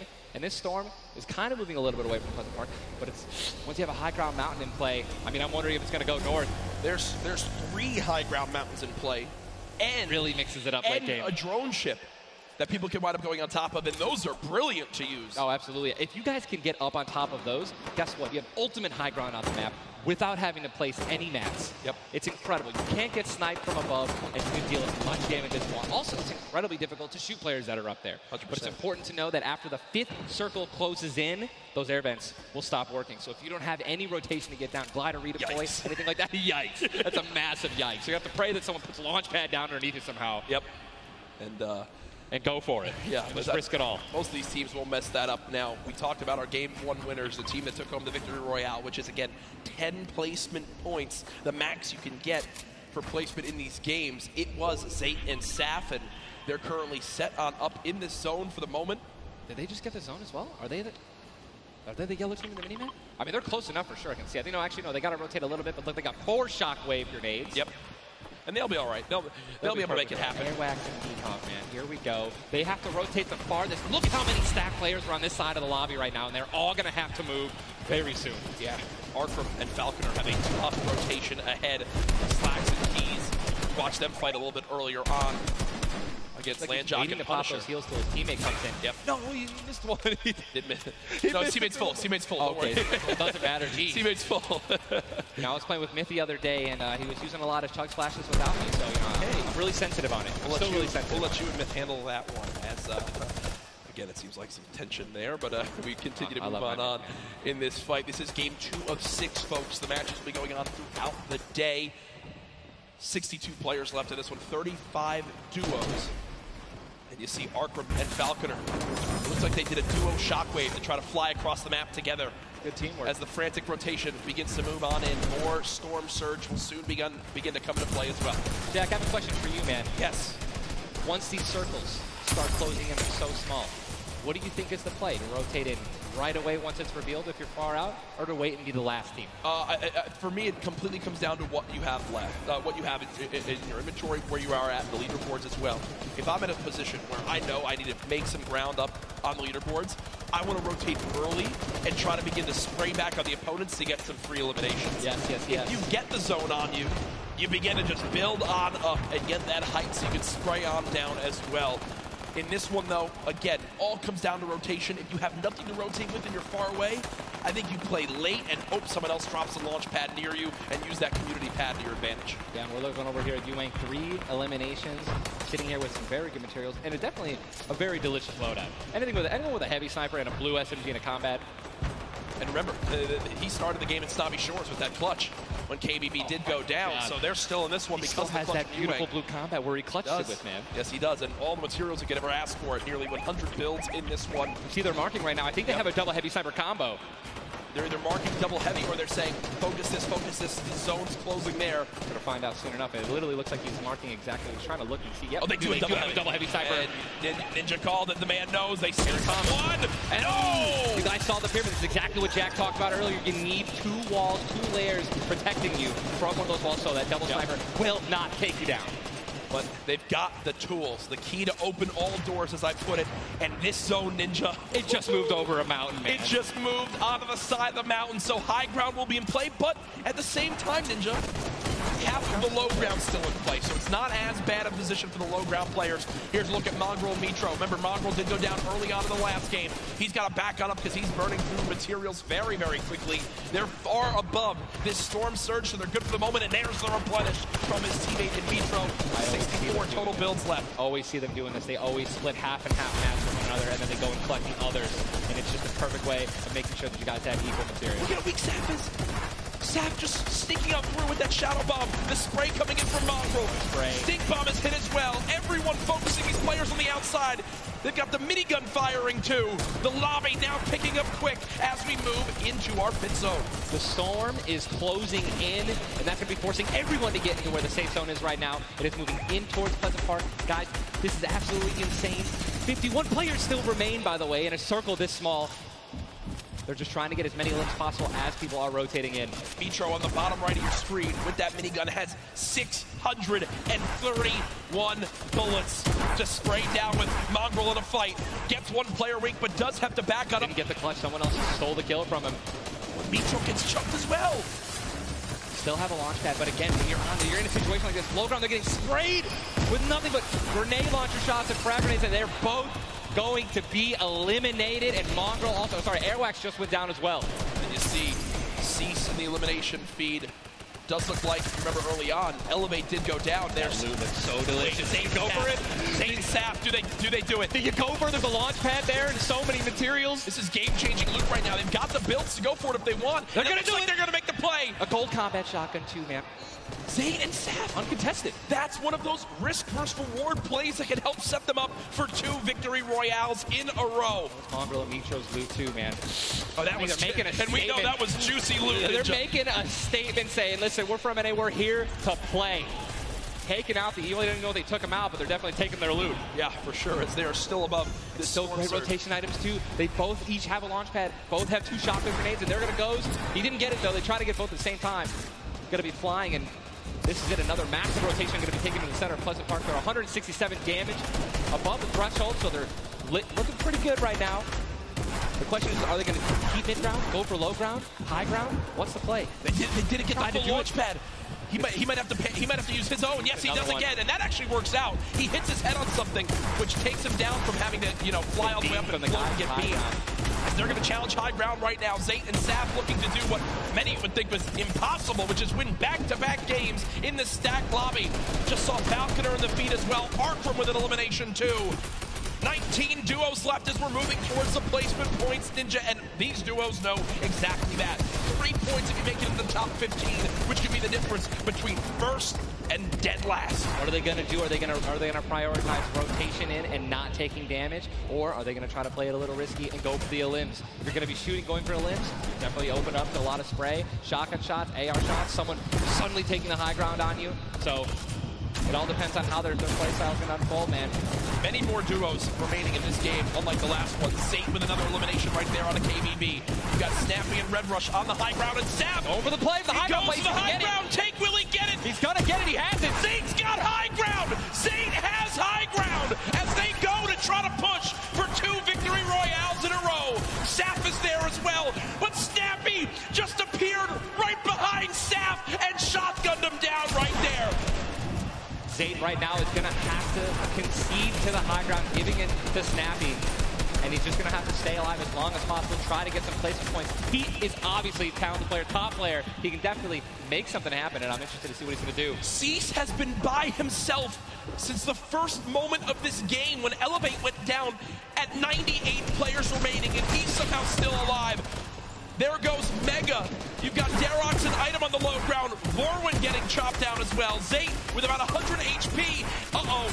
Here comes Vinny and Zexro. They're trying to challenge for the high ground. Keys right now being held in the storm with 5 elims, and he's going to be eliminated from the back. Zay taken down as well. Snappy still with the high ground. Zex and Vinny and TSM crew looking good, and they're going to take it. They just took high ground. Snappy gave it to him. And they just got the high ground. Great use of the shockwave as well. Vinny as well as Zexro on hype for the moment. 5 eliminations so far.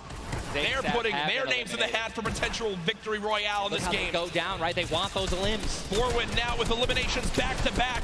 4 players left in this one. Zexro and Vinny spraying from the high ground. It's a 2 versus 1. The player right on the edge of the zone. The shockwave into the air. And he's going to drop on down to hype for the moment. The spray coming on in. It's not enough. Zexro and Vinny. TSM takes game 2 with style. Both alive. You love to see it. The victory royale and 7 eliminations. Look at that. Vinny's hyped, and Zexro looks like he was stunned. They forgot his fries on a fast food order. Why am I thinking about food? Oh my, you know, Jack, it's pretty expected at this point. But God, it's on brand. 2 NA teams have taken game 1 and game 2, and honestly, I think that we can all say that the teams hyped up the most have been even. Guess what? Mongrel and Mitro, man, they've also been performing well. They still have so many points from eliminations. Yep. Oh man, what a great shotgun shot. They were perfectly in sync. They're even jumping and shotgunning at the same time. Vinny, pop off, man. You love the pop off. So hyped. Zexro's about to start cranking 90s or default dancing in the lobby. Like he's trying to talk about literally what are they going to do in the next game. Yeah. Like that's what that focus is. That reminds me, I've been in this situation before. He grabbed his hand and took it for himself, man. That's a top teammate, man. Great synergy. What a start to today's competition. The energy in here is insane. I am looking around and there are thousands and thousands of people filling up the Arthur Ashe Stadium live from New York City. Again, my name Jack Courage Dunlop, joined by Tyler Ninja Blevins for what is the first ever Fortnite World Cup Finals. $30 million on the line this weekend. Millions will be tuning on in from across the world. There's so many ways to watch, and we're just 1/3 of the way done with today's action, and it's already been fantastic. Don't even want it to end, man. I could be here all night. These games are incredible. Yep. And just listen, if you guys are watching at home, you guys want to be here, right? You guys want to be competing. Take notes. Yeah. Watch these players. Watch how they build. Watch the fights that they take, the way they rotate. And we'll see you guys here next year, man. Well, guess what? Game number 2 ended with style with the North American duo of Vinny and Zexro taking it. They're on the floor with none other than Jordan Fisher. Thank you so much, Courage. I appreciate that. NA showing up and taking care of business. Games 1 and 2, Vinny and Zexro with a fantastic in, both together, which is an incredible thing, right? Walk me through the just in-game for you guys. So the comms are kind of hectic because of all the noise, but we're just really good at playing together. Like, we're the longest duo that have played together, so yeah, we're just not Great. Fantastic work, guys. Back to you, Ninja and Courage. JD! Thank you so much, Jordan. The duo of Vinny and Zexro, you know, they've always been known as being so aggressive. Yeah. From all the times we've seen them in these competitive tournaments. While they might be some younger players, they've definitely been around the block here in competitive Fortnite. Again, you just see them, just like a lot of other talent here, always at the top of the duo qualifiers every single week. Even though they already qualified, they continue to keep playing, and practicing. Guess what? They just took a game number 2. You got to be pumped right now, man. Once you win one of these games, you can't let up, though. Again, and that's why I love that energy. Zex was immediately just, I felt like he was just talking about, what are we going to do next? Hey, man, good job. We won that. Let's do it again. Yeah. Right? How are we going to change, maybe even do better somehow, get more limbs in game 3? No, for sure. And they know that. They're not going to take their foot off the gas pedal. Folks, we have our standings after game number 2. Where are things playing on out? It is still Zayt and Sap at the top. Dubs and Mega at 18 points in second. Zexro and Vinny, with that performance, go from 0 points up to 17, Ninja. And that is the beauty of how this plays on out. Anyone could have a pop-off game and come right back. Mongrel and Mitro still in your top 5, as well as Serpent Hype, Darox, Item, Forwin and Tux, Snappy and Red Rush all there. While the Zayt and Sap do have a nice little lead right now, nobody is safe from the rest of this lobby. I'll tell you that right now. I mean, just take a look at the points, Courage. You got 11 points, right? Benji and Mr. Savage, they fell out of the top 10. But look at that. Storm and Epic Whale, 12 points. Daedra, M11Z, 12 points, 12 points, 12 points. All they need is 2 or 3 points, 2 or 3 extra eliminations right there, and boom, they'll move up 6 places. Yep. You know what I mean? So it's still anyone's game, all right? 2 pop-off games, 1 pop-off game, boom, you're already in the top 5. Remember, if you get 50th place or 11th place, from that whole time in between, you win $100,000 as a duo. Still. But if you go from 10th up to 1st, it jumps all the way to $3 million. So everyone, eyes on that top prize. We are just 1/3 of the way through the action today, but I know we've had a lot of fun up here, Ninja. What an absolute blast. Ladies and gentlemen, Happy to be here, man. can we give a round of applause to Ninja for hopping in for some guest casting? What a great job. Thank you, man. Always a pleasure, brother. Pleasure to be here. That's going to do it for us for now up here on the caster desk, but I know Zeke is down on the floor with some notes for you all. Thank you guys so much, man. What an awesome first 2 set of games from Saf and Zay locking down the lobby to Zexro and Vinny just coming in super clutch. And of course, guys, you've been here. We got to see Ninja. He got to go ahead and commentate some games. So what I want to know from you is, have you guys had a good time? Have you enjoyed it? If so, let's just let me hear you. You know, that was so-so. Let's pretend I didn't ask. Have you guys been enjoying yourselves? That's what I'm talking about. Obviously, we've got quite a bit more games left to get through, but, you know, if you've been watching for a long time, you know I'm a big fan of everyone that loves Fortnite. It's all about bringing people together. And I like to say Fortnite fam, that's my thing. That's what I do. And, you know, there's actually a lot of people from around the world that have come here to compete, to watch, to be part of all of this. And I thought, what better way to give back to you guys than to teach you how to say Fortnite from all around the world. So in just a moment, we're going to take a look at a video, and I can't wait because this is actually the first time I'm seeing this. A lot of work went into making this happen, so I can't wait for us to watch this together. Let's take a look.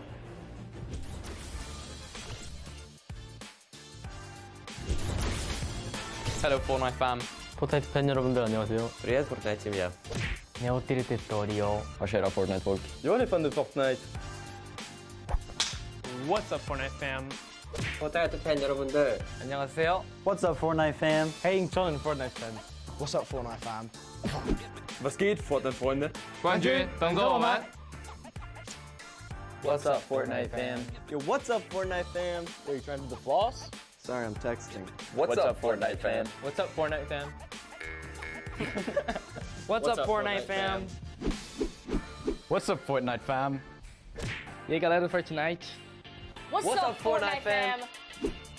G'day, Fortnite fam. Bonjour, comment ça va les fans de Fortnite? G'day, Fortnite fam. Cheer up, Fortnite fam. What up, boys?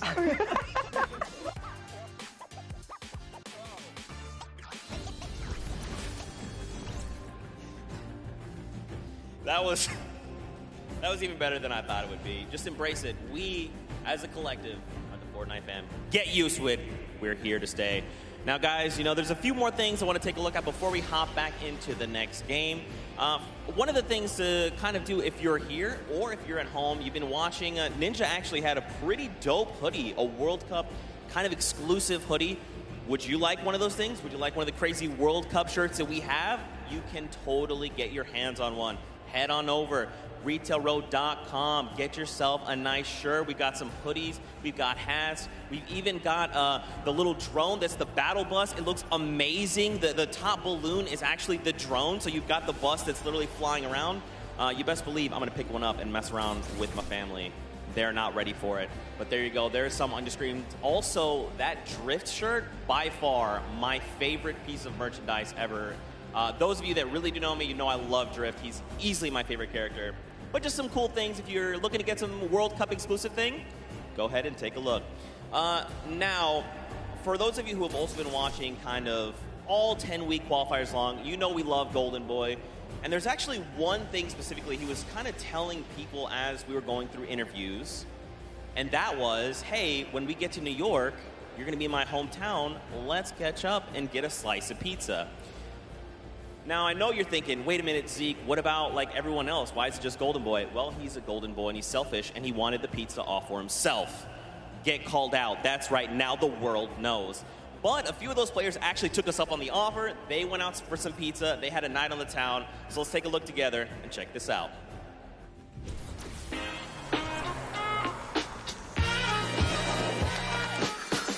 New York City. We got the Statue of Liberty, Central Park, the Empire State Building, and the first ever Fortnite World Cup Finals. I couldn't be more excited about the greatest Fortnite players from around the world coming to my hometown to duke it out. But before the action started, I took World Cup qualifying players Aiden and Chinkin out to show them the Big Apple, starting with PC Gaming Cafe, Waypoint. What's up, boys? Hey. Welcome to Waypoint. Good to see you. Good to meet you. Good to meet you. All right, fellas, let's go and grab a drink. Let's go. All right.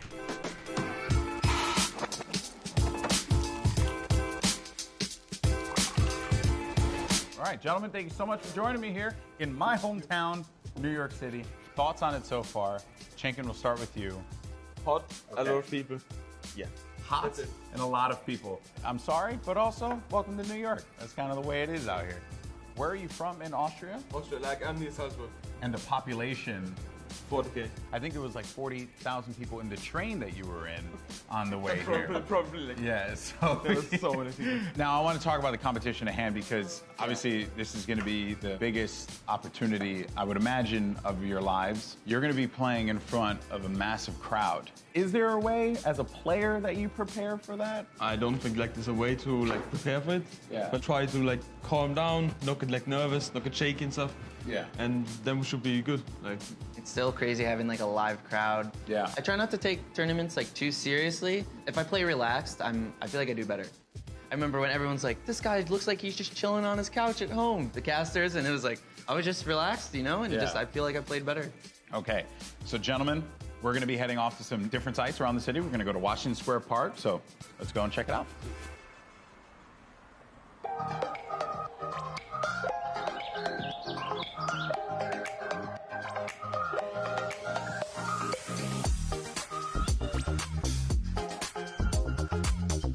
All right, so now here we are in Washington Square Park, gentlemen.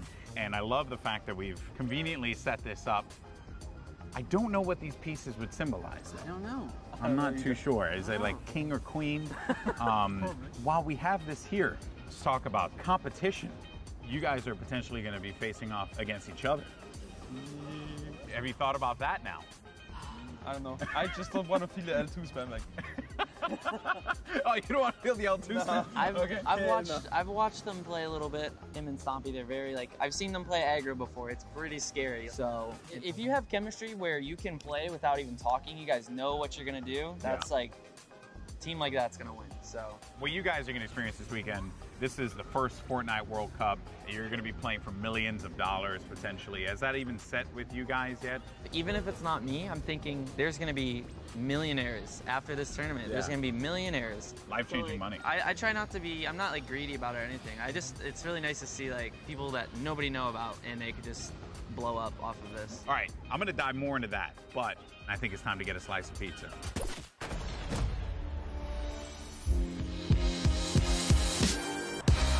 Take you out for a good pizza. We'll get some pizza. To give everyone pizza. Yeah, I'm gonna show up with 2 giant boxes of pizza. Pizza. Say I won't, Paula. Say I won't. And I kept telling people, hey, I want to get a slice of pizza with you. You know, all the players, and they all ignored me.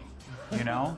So thank you guys so much for coming out. I really appreciate it. Obviously, this has been an incredible journey for you all. You're now on the precipice of one of the biggest events in the history of all competitive gaming. I'm happy that it was a fair chance for everybody, you know, open qualifiers. Yeah. You could have no exposure, but if you're good, you get in the tournament. So I'm just really thankful to be here, and I'm going to enjoy my time here. Yeah, and we just try to like make our fans happy. I'm really looking forward to play on the stage in front of 100,000 people. Do you feel like the fans and how they've been supporting you all on this road to this, do you feel like that adds a little bit to this pressure? Honestly, it gives just more support for me. I feel more like happy to be here when there's all these people, whether they're rooting for me or other players. Fortnite's grown so much, and I just can't wait to see all like the crowd, and I know it's gonna get bigger and bigger every event, so. Fellas, best of luck at the Fortnite World Cup this weekend. Seriously, nothing but the best for you, but we're in the thick of things here in New York. So I think we gotta get some more pizza. You guys down? All right, let's do it. New York's got everything, and this weekend, most importantly, it's got the Fortnite World Cup. Now that these two have had their slice, let's see how they handle the competition.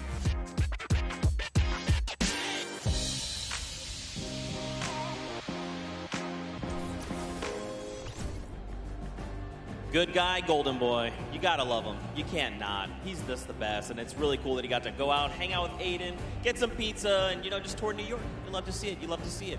Now, guys, there is actually a dynamic duo that we want to talk to. We actually have Jordan Fisher standing by. He's going to be chatting with Nyx and pfue. These guys qualified back from the Brazilian region, and they've got some things to say. So, Jordan, let's go over to you. Thank you, my friend. I've got Nyx and pfue here. Nyx, you have been absolutely dominating in the last few weeks, especially where the solos and the duos are concerned, being the first Brazilian player to qualify for the World Cup. Can you talk to me a little bit about the dynamic that the two of you share as partners? Nyx, você estava dominando nas últimas semanas, principalmente para os qualifiers da World Cup. Você pode falar pouco sobre a dinâmica de vocês? Eu e o pfue costuma jogar bem agressivo e tentar pegar o máximo de eliminações possível. pfue and I, we try to play as aggressively as possible and get as many eliminations as we can. As you should in the name of Battle Royale, right? Now, pfue, you seem to balance out the fiery kind of loose cannon nature of Nyx, who is obviously a dominant player, you know, kind of helping him set up for a solid in-game. What's it been like to work with such a young and fiery player like Nyx? pfue, você parece que você consegue contrabalançar o estilo bem incendiante do Nyx. Então, como é que é isso para você fazer esse lado mais balanceado da dupla? Basicamente, eu tenho uma role de suporte, então eu meio que fico nas backlines e ele vai na frente. Quando a gente tem o high ground, por exemplo, ele tem a função de ficar embaixo matando todo mundo e eu controlando o high ground. Basicamente é lado mais estratégico, enquanto ele é o lado mais agressivo. Basically, I have more of a support role. Whenever we're in high ground, I'm just more in the background, supporting him. Like, he has a more aggressive role. Setting him up. Yeah. To fire the loose cannon at the end. It reminds me of the very W key in a West that I play on all the time, and that has really, you know, just got me cranking my 90s on a regular basis. You know about that courage, right? Am I right? Back to you. Whoa, whoa. Jordan, it's back to me. Come on, Courage, he's just found the chicken parmesan. Someone whispered the word and he went running. You just see it. Also, big shout out to Nyx and pfue. I actually chatted with Nyx very quickly. He walked up and was like, "Hi, I'm Nyx." And I'm thinking, this guy knows how to talk. So I talked a bunch of stuff, told him how much I loved him. Turns out he didn't understand any of it. So I had to get a translator and tell him that I love him. But that's how things go. Now, of course, guys, I know what you want. You want more games. We have 4 more on deck. So I think for now, we're going to send it back up to Golden Boy and Monster. They're going to get us into these games. So how's DJ Mike Realm? Play us in.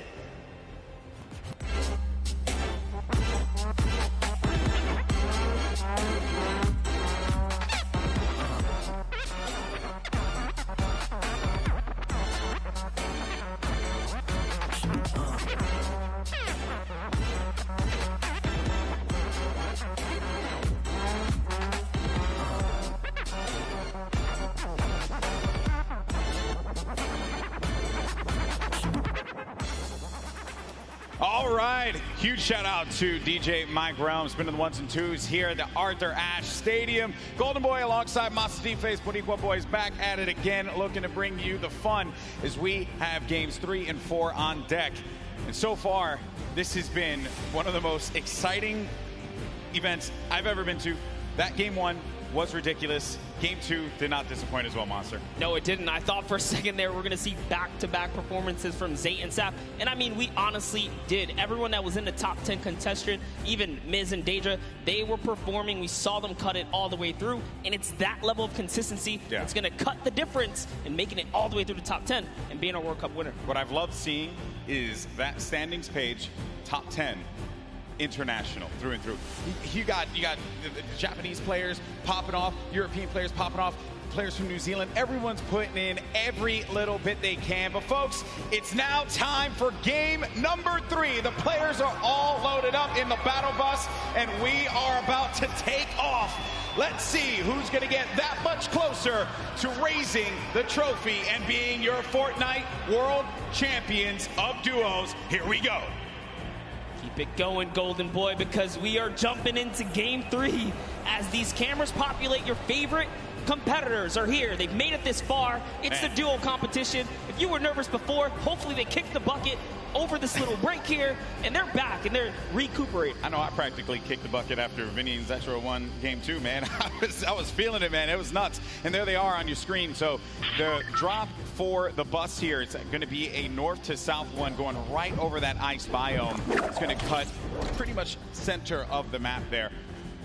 And Vinny and Zexro, I'm very happy that they're performing this well, Monster. This is a duo that had so much success. Even going into the World Cup qualifiers, we all were like, yeah, this is a duo that definitely should make it. This is a duo that, hey, they could even win the whole thing. Yeah. Then tragedy struck as Zexro had a few problems with you know, arthritis and different things with his hands. And I'm make sure I'm getting that right.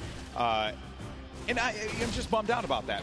Good to see them here showing up, man. That's huge. I mean, that's what you expect of our competitive veterans, specifically Zexro, Vinny. They go back to as many of the LAN tournaments that we've seen, as does Zayt and Sap. But anyways, in here we have UN KBB. He's going to take down Mexi. Is Scram close by? Is he close enough? And this is a battle going down in Snobby Shores. So off the rip here, we have players getting dropped. That's actually going to be our first elimination. Lucky for us to catch that one. But there's shots coming in from the Viking Island right up above. And he just kind of turns the corner, sweeps him up, catches that full elim there. So that's his now. Yeah, a little toe-to-toe action here, Golden Boy. Very rough situation to be in here, but Zexro now looking to engage in this one. Potentially here is going to have... We're going to go over to his POV now. Kind of get, it's a little wild, man. It's like just getting the bearings all together here, I think, for the players as well. That moment where they can just have that conversation. What are they going to do? How are they going to just implement their strategy going into the next game? What is that strategy going to be? Do you mix it up? Do you change your drop spots? These are things that are going to be so important for these players. The time that they can take to just communicate with one another. Now, Scram looking to be potentially in a world of hurt here. We heard from Nick's Pubg earlier on. This is the Brazilian duo. I don't think they know that. Yes, Scram, they're going to be on the hunt for him. So they know that he's around here. They're just trying to sniff him out. Yeah, and if you were in the players' lounge, you could feel the tension, specifically when we brought up the Brazilian duos, the Brazilian players. These guys qualified, and they qualified with heavy elimination. Nyx especially being one of our only players to like literally qualify as hard as you can in the, you know, for the weekend. He was at it each and every week. You constantly saw him at the top every single time. It was so impressive, and also qualified for solo, so we'll be seeing Nyx tomorrow. And then you got Scram. He's got 2 eliminations, but he's just hiding this one out. He hears them making all that ruckus, all the noise around him, and Scram just does not want to give up his position. Perhaps he grabbed his teammate's reboot card. He's maybe looking for that play. But Nyx and Pubg, they have to have an idea of where he's going to be located here.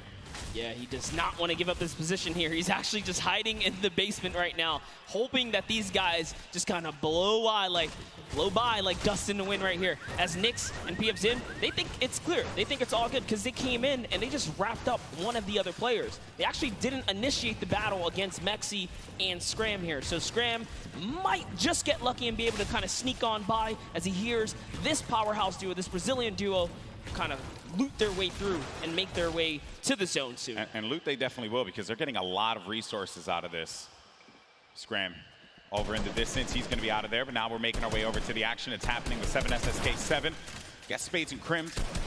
Now looking to push on for this fight here, potentially. Got some shots going off. Crimmed is going to play that overlook position. Getting challenged there and trying to use that advantage from the download, a little bit of that right hand, right? Just see if you can get a peek in there. Does get tagged up, Crimmed. Guy does back away there, does manage to build out. And Spades is gonna force him out. There you go. So they're just right now playing for that positioning, and I like the fact that they're using these, you know, the natural high grounds, right? Get to the top, hold it down. Don't really focus too much on just trying to get in their face quite yet. Give yourself that moment of opportunity and really get a lay of the land, and then going for the engagement. Yeah, absolutely. The best duos will try their best to isolate their opponents, really force them into, you know, very weird situations like this, force the 1v1s, and hopefully get those free shots, and then pursue the push here. So again, look at how now they're split up again. So Spades and Crimms are doing a great job here pressuring and isolating their opponents right now. And so so far they're definitely dictating the pace of battle here. Yeah, that's what they want to continue to do. They're suffocating them. Plain and simple, right? Not let them get any kind of movement there. I mean, Jamside in 7SSK7, they're looking, they're having a conversation of what the play is. What is the movement going to be? But Crimson Spades are not going to allow them that opportunity to breathe. That's going to be the down there. Crims managing to knock down Jamside. He's looking for 7SSK7 around the corner, and that's going to be the elimination registered. Both players are going to be out of there. And a big win there for Crimson Spades. What a clean push right there. Crimson Spades have so much to prove here because when they qualified, they were kind of looked down on like, wait a second, was it luck? Was it not? No, they're here to show it off and show why they're at the World Cup Finals. But now, hopping back with Miz and Daedra, we saw them have a great game one, came out top 10, and they're still in the running. They're in about the top 10 right now as well, based off of eliminations. Not necessarily picking up too many placement points. They're heavily dependent on just piping up these players at these points of interest, and looks like Lucky Landings is theirs right now. And they'll have that, but let's see. Miz and Daedra. They linger about it. I love the fact that you go to this hot spot here, so there is going to be a bunch of free items that you're going to be able to pick up on. Also, you're going to have that circle advantage. It's right there. So you don't got to worry too much. You can continue to focus on looting. High ground has been lost, though. Miz needs to be careful. Where's Daedra? He's going to be right next to him, trying to get these angles. So what they have to do, they have to stick together. Looking for the sound cues right here. Can they find their opponent, catch a nice little low ground peek right here? Low ground is definitely underrated. If you can just kind of peek out, catch a big shot, you're almost guaranteed a headshot, which is a big multiplier. Yeah, players don't really think about that, right? Like you always see Fortnite players go after the high ground. That's the bread and butter for a lot of players that play this game. But you know better than most that the low ground can pay dividends for you if you know how to take advantage of that positioning, and maybe some overzealous players to try and get aggressive on you. You got Gustavo along with Wishy. I'm actually very interested to see if Gustavo's going to lead this push here, because specifically between these two players right here, this duo, this Brazilian duo, Gustavo doesn't necessarily lead the pushes. It's Wishy. Wishy's the aggressive one here. So he has the ultimate high. He's always looking for the shot. What are they going to do? It's just a nice standoff. Yeah, and that's this whole event, right? Players have just been very cautious about what they want to do. They are not trying to get too aggressive in these fights. They know what's on the line here. Millions in prizing is on the line. You do not want to make a bad decision. Be one of those teams that are eliminated out early on, but Gustavo's going to be putting shots down. Focusing this player, forcing him to actually build up. He has no builds to work with as well. 19 HP remaining, and just a hope and a prayer, but unfortunately for him, that was not going to be enough there. Gustavo's out. Wishy isn't going to happen for him either. And Miz, he's feeling it. That's going to be 2 elims for this duo. You gotta love the snarky little smirk right there on his face when you get those 2 points. Smirky. Feels so good. It's really good. It feels really good. And then Volks and Parpy. And look at this. Parpy actually dealing with this battle. And this other player that actually got the high ground against him was focus firing on Volks. Parpy pushing back here. I wonder, you get split up like this, but Volks and Parpy, they love playing a very aggressive style. They'll get in your face. They'll box you out if they need to. Yeah, without a doubt, this duo was unmatched when it came down to eliminations in the qualifying rounds. They had the most, actually, and even pulled off a consecutive 5 victories in 8 games to qualify for one of the weekends. Volks and Parpy, another kind of reference to game one. They had a great game one. We saw them picking up duos, but we haven't seen them necessarily make it through the end game. All they have to do is kind of slow it down here, and that's what they're trying to do, but being split up is terrible. Also, in the distance, I just want to make note, Wolfie's a very aggro controller player. He's another one.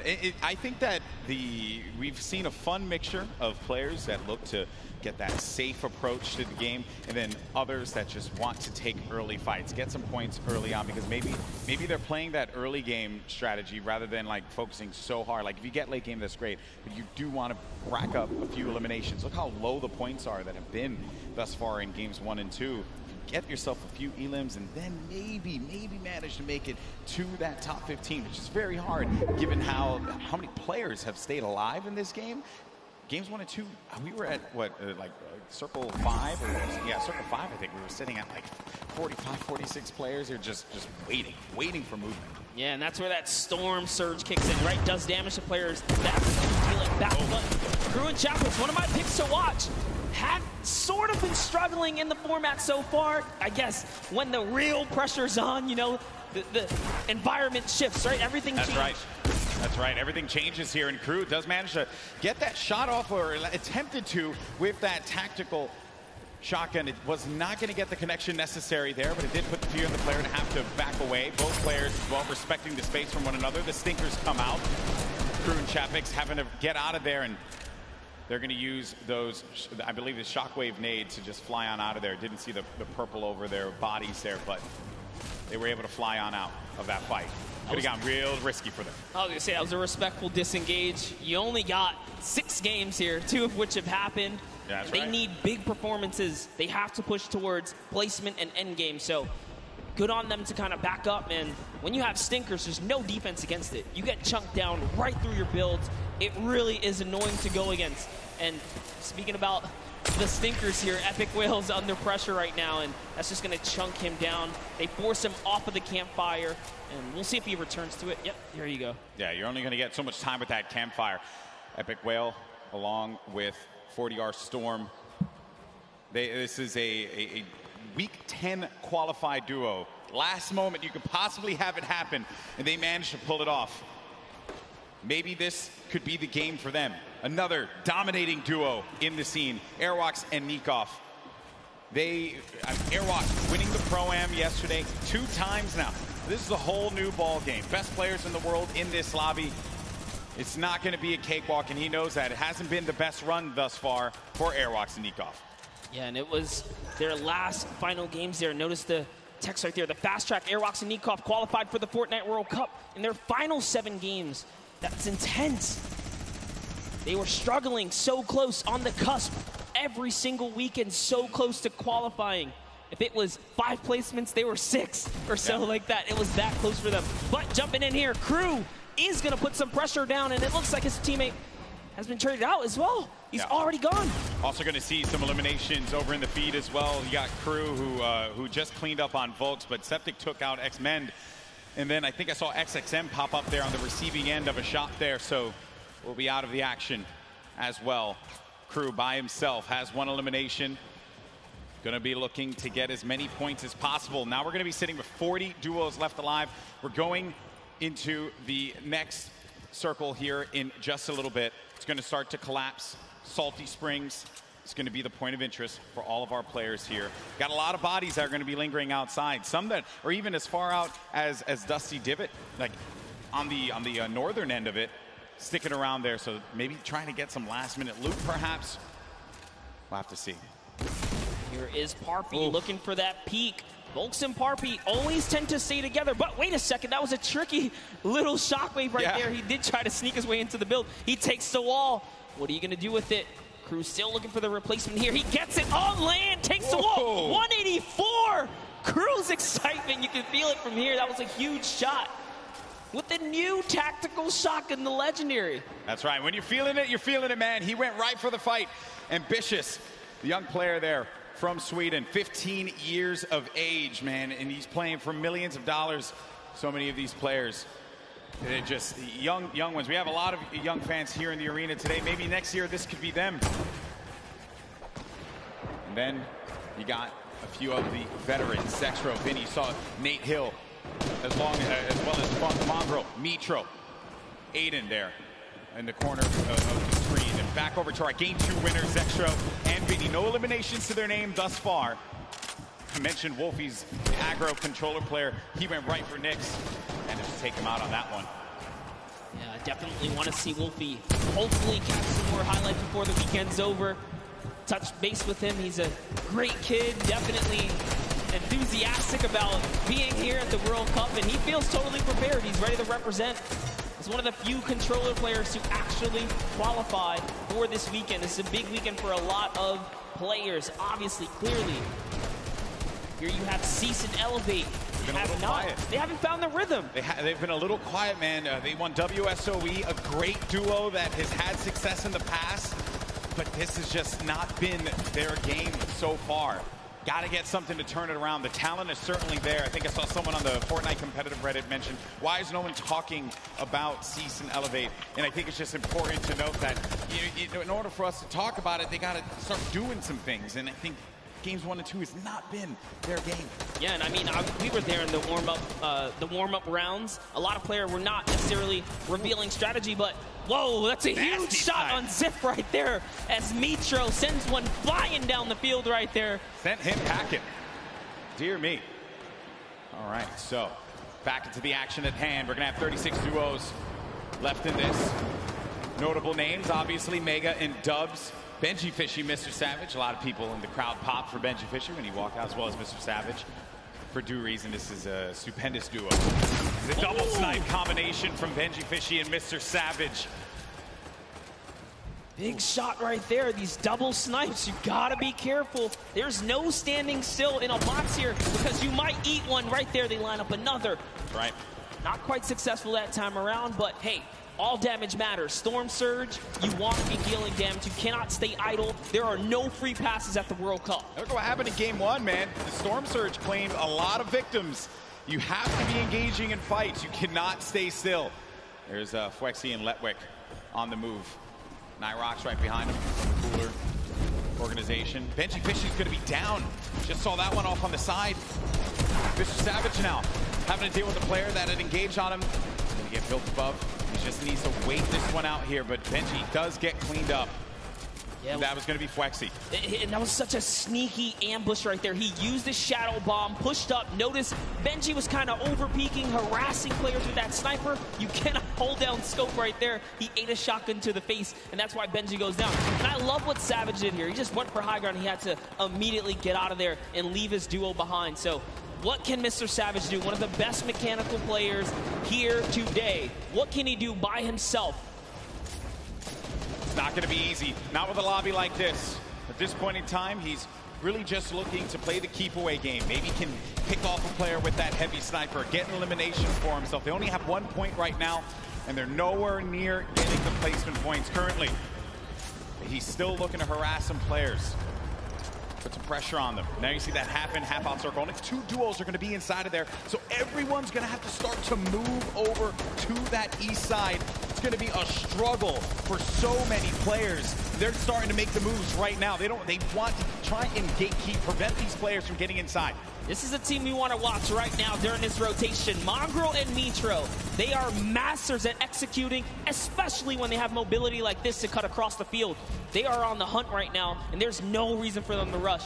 Once they spot out someone, they're gonna pounce. They're gonna jump on that target. Yeah, they're gonna wait for you to make that mistake. And with the nerves at an all-time high here, players are certainly gonna make that error in judgment. Saw it happen in scrims when we were looking at players just getting warmed up.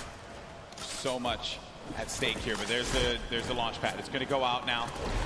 Need to be wary of just getting beamed in the sky. So many times you think that you're just going to be sailing away with no problem, not a care in the world, and then you just end up losing all of your shields, all of your HP, and then that's it. You're done. I've seen it countless number of times. People tweet out, you know, you fly across, you get taken out the sky, but it's all about timing. Neither Mitro nor Mongrel were shot once on that rotation, and it was masterfully done right there. And whoa, it looks like they're tracking so beautifully. Catches someone trying to just kind of rotate on by in the shadow bomb, but that was not enough. You are not safe from the shadows there, buddy. Another thing, too, was that when they were out of position for a brief moment, the way that they were able to just get back together, right? That patience with one another, the communication, you need to have it when you're getting down to these final moments. 25 duos are going to still be standing here. You got Calculator and Macwood. They're going to have that high ground up above. You shouldn't be comfortable just yet, because anything can happen here. Look at where that next circle is going to be going. Moves need to be made. With that RPG, I mean, they can basically take high ground at any given moment that they want nor choose. Calculator looking around, already on 4 eliminations for Macwood.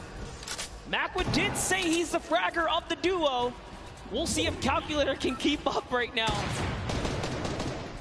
I am just poking good fun because Calculator loves to talk a big game on the social medias. He really does, man. He's a character without a doubt. But right now, there's no fun and games to be had This is game 3 of the Fortnite World Cup Finals. It's time to put up or shut up for a lot of these players. Look at that, wasting no extra mats. They do not waste more than they have to. This was earlier on. An elimination onto Mongrel and Mitro. There you have it. Out of the game once again. That duo, European powerhouse, gonna pay there to Dubs and Mega. So far, so good. Maxwell, again, just holding this positioning right here. He is gonna get blocked out with his teammate accidentally, but it's all good. This is still his ground to control right now. They have clear control of the skies here. And they have a ton of builds to work with as well, Monster. 4 eliminations for Macwood. A great game for him thus far. That's 4 points for this duo, but he's going to be taking some shots. Has to be careful there. There you can see the lay of the land, Monster. Yes, the placement thresholds will be divvied out soon. There goes the Storm Surge already ringing down on players. Jay has to make a big move. Doesn't matter. Zate is going to wrap up right here as Keys goes down as well. And the shots are flying. And you can just look at the overhead, the chaos that's going on in the mid-ground specifically. And look who's still in this, Saf. They're going to be in first place. If they keep this going, another dominant game for them, another high-placing game could be the difference maker to keep them in that first place position. Up on the high ground, Calculator and Macwood putting down shots yet again, not giving players any moment to be comfortable whatsoever. Look at the names that are here, though. The Rockets now starting to fly by Wolfies. Wolfies having to defend himself. Zate's going to be out of this one, so now it's going to be up to Saf. And Saf, he had to see his teammate go down, but his back's going to be to the Storm there. Now looking at Mega, who's waiting this one out. He knows on the right side of your screen, you can see it down low, that these players, they're going to try and force their way into his box, so he has to play defense. He has to disengage. And there's Saf, who just lost his teammate Zafe. Now he's going to be running this one solo. And then up above, it's Macwood and Calculator. This whole time, they picked up 3 eliminations from that whole exchange, Monster. That's exactly where you want to be. They're still putting this pressure down. And Zaf is looking for one, but it's Vinny who's going to take him out right there. So Vinny's going to find his first elimination, and he has so much health.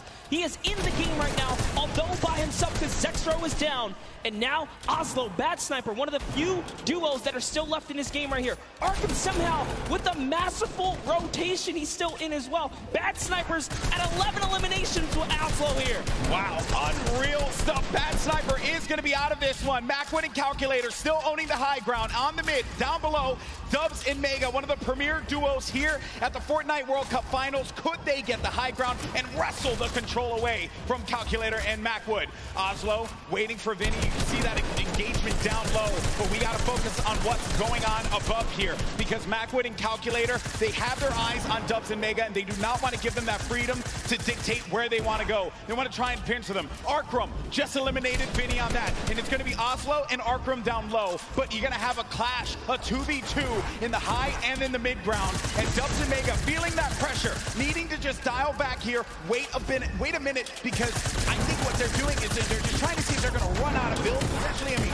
the play here certainly has just been defense, defense, defense. Yes, that's right. Oslo's now left by himself. All he has to do is time this fighter fight, so long as he doesn't bother them. But Dubs and Mega try to go for the high ground and make a fatal error. They fall to the low here, Golden Boy. This isn't looking good there. Mega and Dubs, they have the low ground, the ultimate low ground. Oslo's going to be outside, but they get the elimination. Calculator and Macwood, they're holding the high ground, and that's the victory royale. Macwood pops off in game 3. 7 eliminations for him, 2 for Calculator, 9 total, plus the victory royale. 19 points for that duo. Crushed it.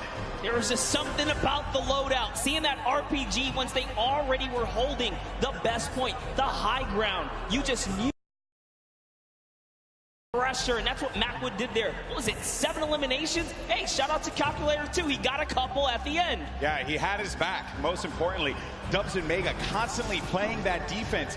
Credit to Macwood and Calculator for the way that they continue to apply the pressure. And then it was the shock, sending them down low, forcing them into that engagement. Credit to Oslo now, who threw traps instantly to see maybe he can get a cheeky trap elimination. Didn't work out for him there, but a top 3 placing for him. Certainly got to be happy with that one. And then it came down to the final moment when Calculator and Macwood together were able to push his player with their combat shotties. Boom, that's the game. And look how happy they were there. So good. Gotta love the reactions right there. Whew. What a game that was. Had a little bit of a slow ramp up, you know. But that's what Fortnite will do to you. You're just talking, you're having a conversation about where the positioning is going to be, and then out of nowhere, boom, you're in the action, you're in the fight, and things start to get wild. Great game there for Mac winning Calculator. Calculator winning on the world stage, man. Look at that. Eat your heart out, Reddit. I gotta say, you know, I'm sure he's proved a lot of people wrong, and you have to respect it. Yeah. But, Golden Boy, I want to see where we stand here. Where are we right now? So at the top, it's still going to be Saf and Zayt with 38 points. They have that victory royale from game 1 and 16 eliminations. Mega, Dubs, second place, looking pretty. No victory royales for them thus far. You saw Zextro and Vinny do the same thing, but it's Calculator and Macwood that jump up to 6th place. They have 22 points total, 12 eliminations in that game.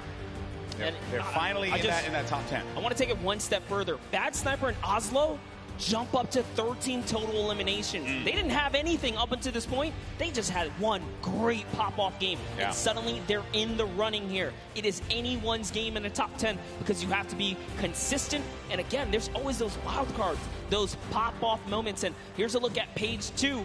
Any of these guys are still in the running right now. You got Bell and Scarlet, who've been wrestled out of the top 10. The Japanese duo who had a premier game in game number 1. Benji Fishy, Mr. Savage saw their demise earlier on. They're going to have 13 points there, but you saw the standings, and we're in game 3. And these games are going to be so critical. Games 3 and 4 really set that tone, because once you get into like game 5, a lot of players are going to be down low. Like, there's opportunity for you to try and get your way into that top 20, which is where you're really going to start to get a lot in the prizing. But for the folks that are going to be sitting in top 10 right now, they're going to be feeling very nice about their current standings. For game 3 to be in 2nd place, Dubs and Mega, and then Saf and Zayt still performing so well. And that's the crazy part. Dubs and Mega, everyone has been rooting for them. They're like that wild card that came out of nowhere, and they really swept the competitive community hard lately. Yeah, that's right. So I did get word. We have Jordan standing by with our winners from game 3. Jordan, take it away. NA really showing up and showing off today. It's amazing, seemingly tapping in that nail on the coffin. Such a please pardon the pun, I have to say, calculated game here from Calculator and Macwood. Guys, well matted, well utilized. You dominated high ground, seemingly all of that in-game there. Walk me through that process of getting that high ground, attaining, and then dominating for the rest of the game. Well, we were able to pick up 2 lucky eliminations on that outer circle of 4th zone, I think it is, and we were able to use our mats to build up. We were lucky enough to get half and half, and we were able to just beam people out of the air, hold high, and got lucky with a couple zones. Amazing. Well, I mean, again, you had 3 games left to go. The strategy, is it going to continue to shift around a little bit, or are you guys going to maintain what you've been working on thus far?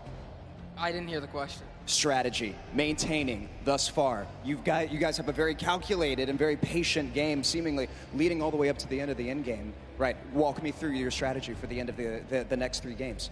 Shoot them in the head. Shoot them in the head. You heard it here first. Back to you, GV and Monster. Calculator gets one opportunity to show the world his prowess and knowledge of Fortnite. He just says shoot them in the head. You gotta respect it. You know, some people, it's just that simple, and hey man, maybe he's just wired that way, right? We're all wired a little differently. Calculator has clearly got his head on his shoulders, and he's ready to just shoot things. Yeah, but Macwood was the one doing a bulk of the shooting in that last game. 7 eliminations for Macwood. He looked so great, and you would expect the young Calculator to be the one that leads the charge on slaying, but Macwood, man, holding it down. And let's not get ahead of ourselves here. I mean, you know, Macwood not that much older, right? But I think it's just important to note that you have to have teammates at any point in time to just pop off. Like, you need that. It's so necessary. Got to trust in your teammate. That's what makes a lot of these duos so successful. Yes, I mean, we've seen it from the start of every round. Some teams are just more aggressive than others, and they know how to stick together. A lot of great moments in that game, and good news for us is that we got Sundown standing by to break it all down. Sundown, over to you.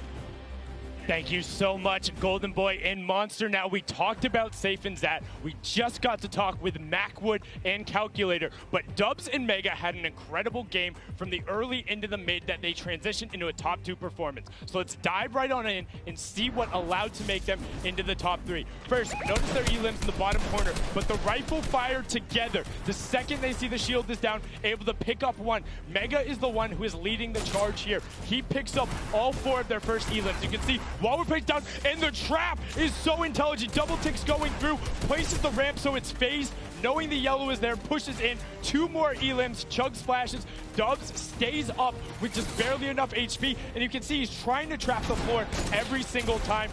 Gets the mid-ground control, 5th elim for Mega. We talked about how high their ceiling was, unfortunately using the shockwave to go down and end up at a low ground disadvantage. Calculator and Macwood able to ride it out, but now Mega and Dubs have pushed into that top 3, challenging to be the first ever world championship duo. The team who has possibly the highest ceiling, full qualified solos and duos. The question is, in the last half, the last 3 games, will they be able to keep it up? Will NA stay on top? Will Serpent and Hype represent Oceania and upset the apple cart? I'm about ready to see some hype myself. Let's throw it back inside for the last 3 games. Gentlemen, take it away. Well, if you want hype, got you covered, baby, because these games have been incredible. And if you're just joining us for the first time, welcome to the Fortnite World Cup Finals live from New York City. We're in the Arthur Ashe Stadium. Game 3 just concluded. We had 3 different winners across 3 different games. This is our duos competition. These players are playing for a lot of money in prizing. So much on the line here. Lives will change forever after today for those players that are on the stage and some of the folks you're seeing on your screen right now in, well, I would say in different situations than they would find themselves in. You got Vinny and Zextro, they're right there. Zayt and Sap, 3 games in, still holding on to first place. It has been wild stuff. Welcome, I'm Golden Boy alongside with Monster D-Face here, and it's been a great day. Really, there's nothing more that you could possibly say about it. And as I had mentioned before, the prizing, the money that these guys are battling it out for, this is it. First place will take home $3 million. Second place gets $2.2 million. Like, that's just absurd. You get in the, where is this here? 4 millionaires, 4 millionaire duos before the weekend is over, not to mention all the fame and clout that comes with it. So I think you'll be pretty well off at that point, but everyone's a winner here. We're here to celebrate all of the competitors that made it this far to the Fortnite World Cup final stage, because those 10 weekends of qualifications were not easy. Yeah, when you get into 10th place, that's where you really start to rack up the coin. But Game 4 now about to begin. Here we go, folks. Let's see who's going to come out on top. We've had 3 different winners, but our top performers have been consistent through and through. Are we going to see a repeat winner? Are we going to get a new one to add to the list? It's now time. The battle bus is loaded up. Let's start Game 4. And you know what? Every game so far, we've seen a new winner.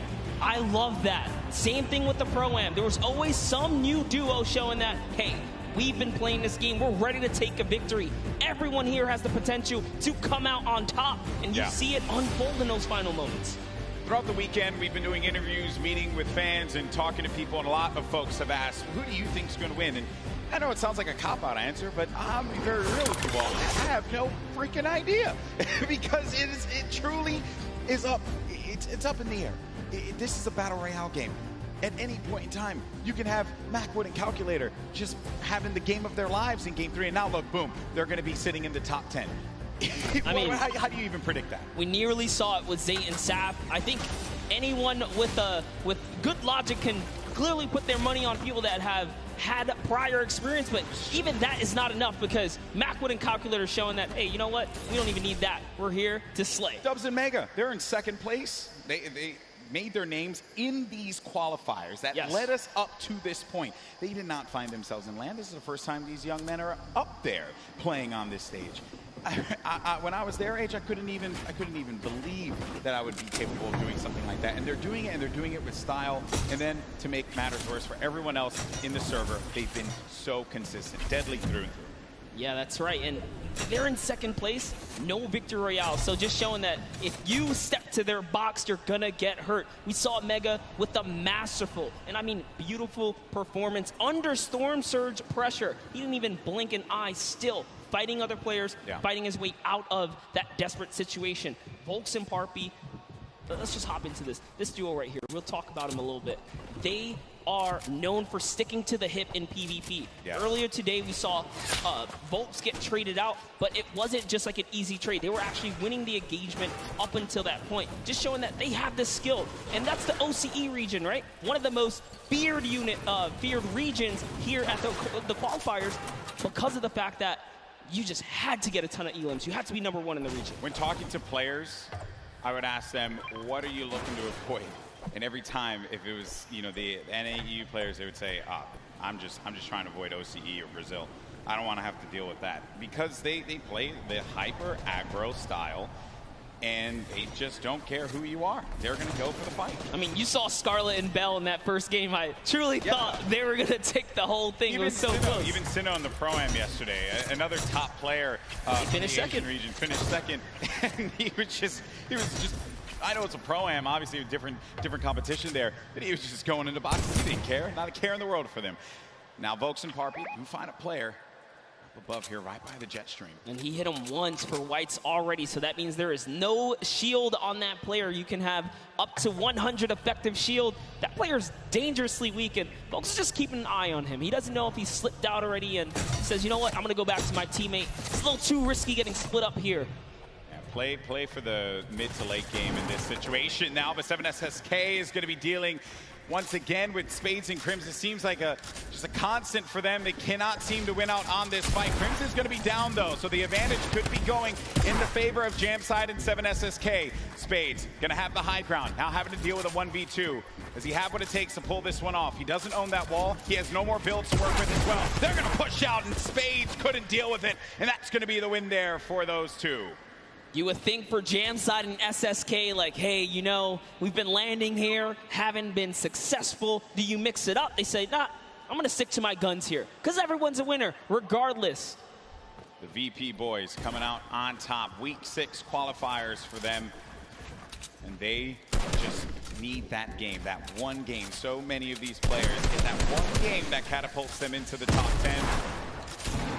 Then the momentum shifts, the confidence starts to rise up. You think to yourself, I am capable of being able to do this. Mongrel looking for it right here. Love this dual perspective right now. Mongrel's actually looking for a side angle. He's going for the offense, pushing out. Is he tracking this player down? It's really hard to tell.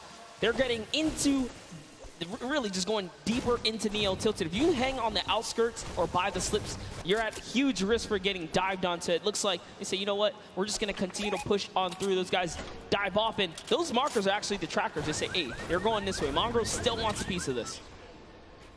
Keeping up with where players are moving in the crowded Neo Tilted, a new area that was introduced just a little while ago. Some players made Tilted Towers their home. This was a drop spot for so many, the likes of nickmercs, Aiden, right? But ever since it changed, you started to see players second guess whether or not they wanted to go to the new Tilted.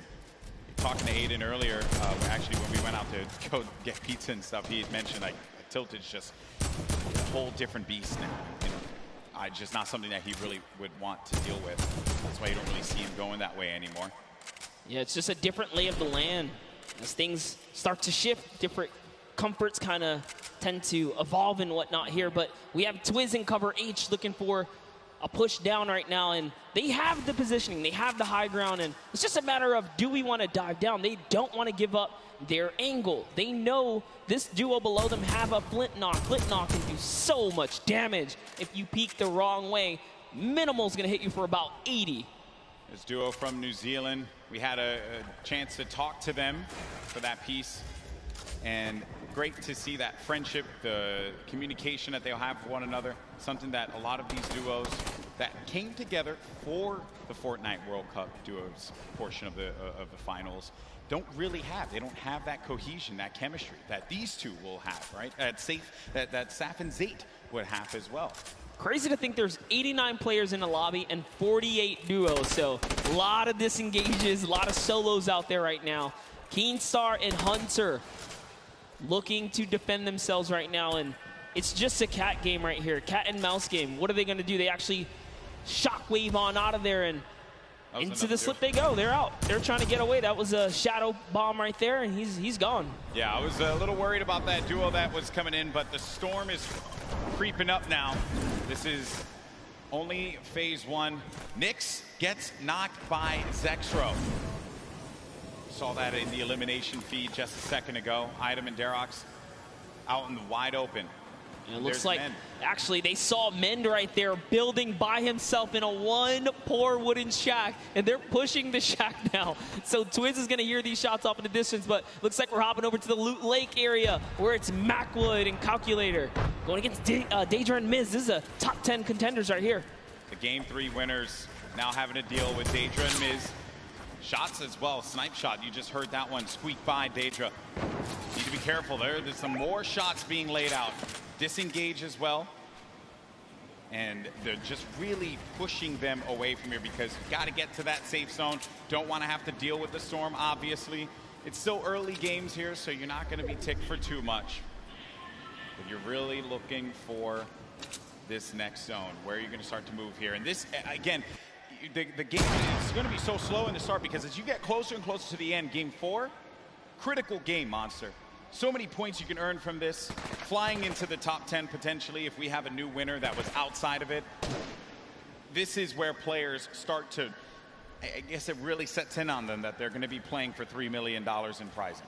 Yeah, if it hasn't already, I don't know what world they're living in, but here it is. Twiz goes for the shockwave overhead, and it's Darox who eats a chunky one right there.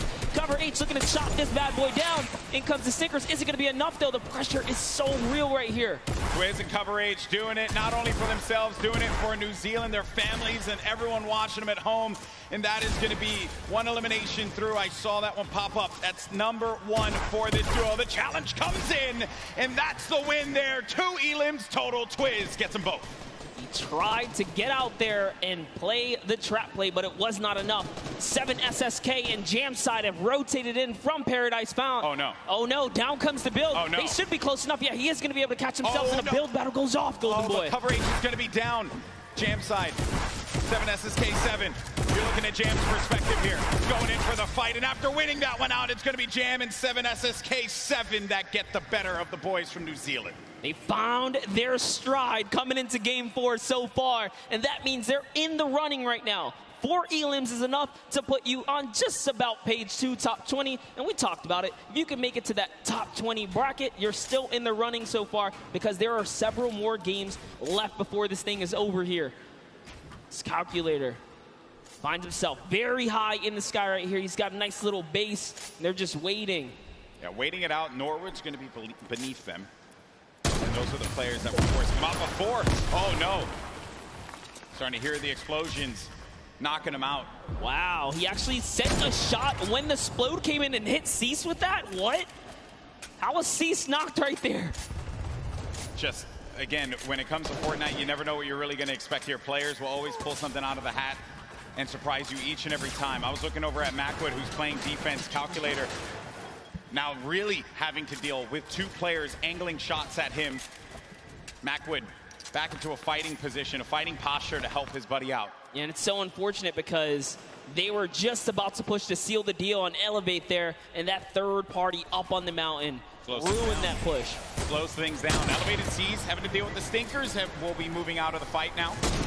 I love it right there. He uses the Stinkers to back him off, and since he doesn't take friendly damage from it, he pushes right into enemy territory here. He's so offensive. He's on the enemy traps. Oh, man. Macwood gets owned right there. Not what you wanted to see happen after winning game number 3, but Elevate and Seas, we mentioned them before. They just need that moment to pop off so everyone here in New York can see what they're capable of. Such a great duo, but now having to deal with another fight. But to Elevate, what a shot there on Calculator, sending him packing.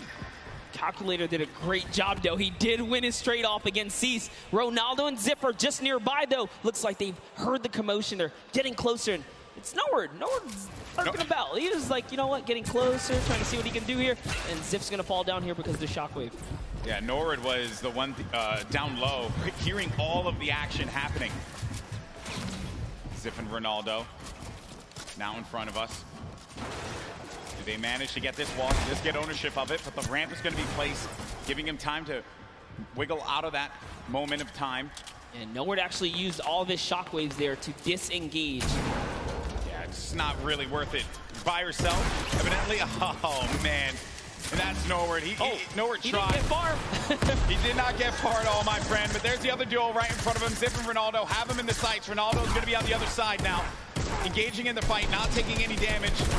Such a good job, though. Good job by Zip here to come in and back up his teammate right now. He is trying desperately to get to his teammate here. This is great teamwork. Now they have the pinch lined up, and the trap is down. That's a siphon for Elevate right there. That siphon could be the difference maker for him. Zip doesn't have any shields. Needs to take a moment to just pop the minis. It's a little bit of a reset here. He's still in this too, so he didn't get knocked. He's not full eliminated yet. Which is rough. You don't convert the Elim, you don't get the point either here. As Elevate is doing a great job on defense, but the campfire heals down players as well. This is actually really, really smart of them to sit on the campfire right now and just wait and buy time. Always looking to set up the phase through right there, trying to get through the build. Some shockwave comes out, and close but no cigar.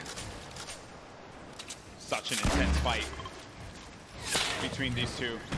Oh no, someone thirsted. Snappy, he went for the shot from the distance. There you see him right there along with Red Rush. And then Zip down low on this island using not only the rocks, but also this metal that he had just built up for himself to get out of this. Zip is the target of the server at the moment, as everywhere he moves, he cannot seem to catch a break, but he is going to find a little bit of that high ground real estate right here and hopefully ease up the burden, but nope, has to change layers again. And now let's go ahead and take a look. Oh, and Zip is out of here. Funk, I could have sworn I saw Funk there, but no, I think it was, that was Elevate. Apologies, that was Elevate that did get that.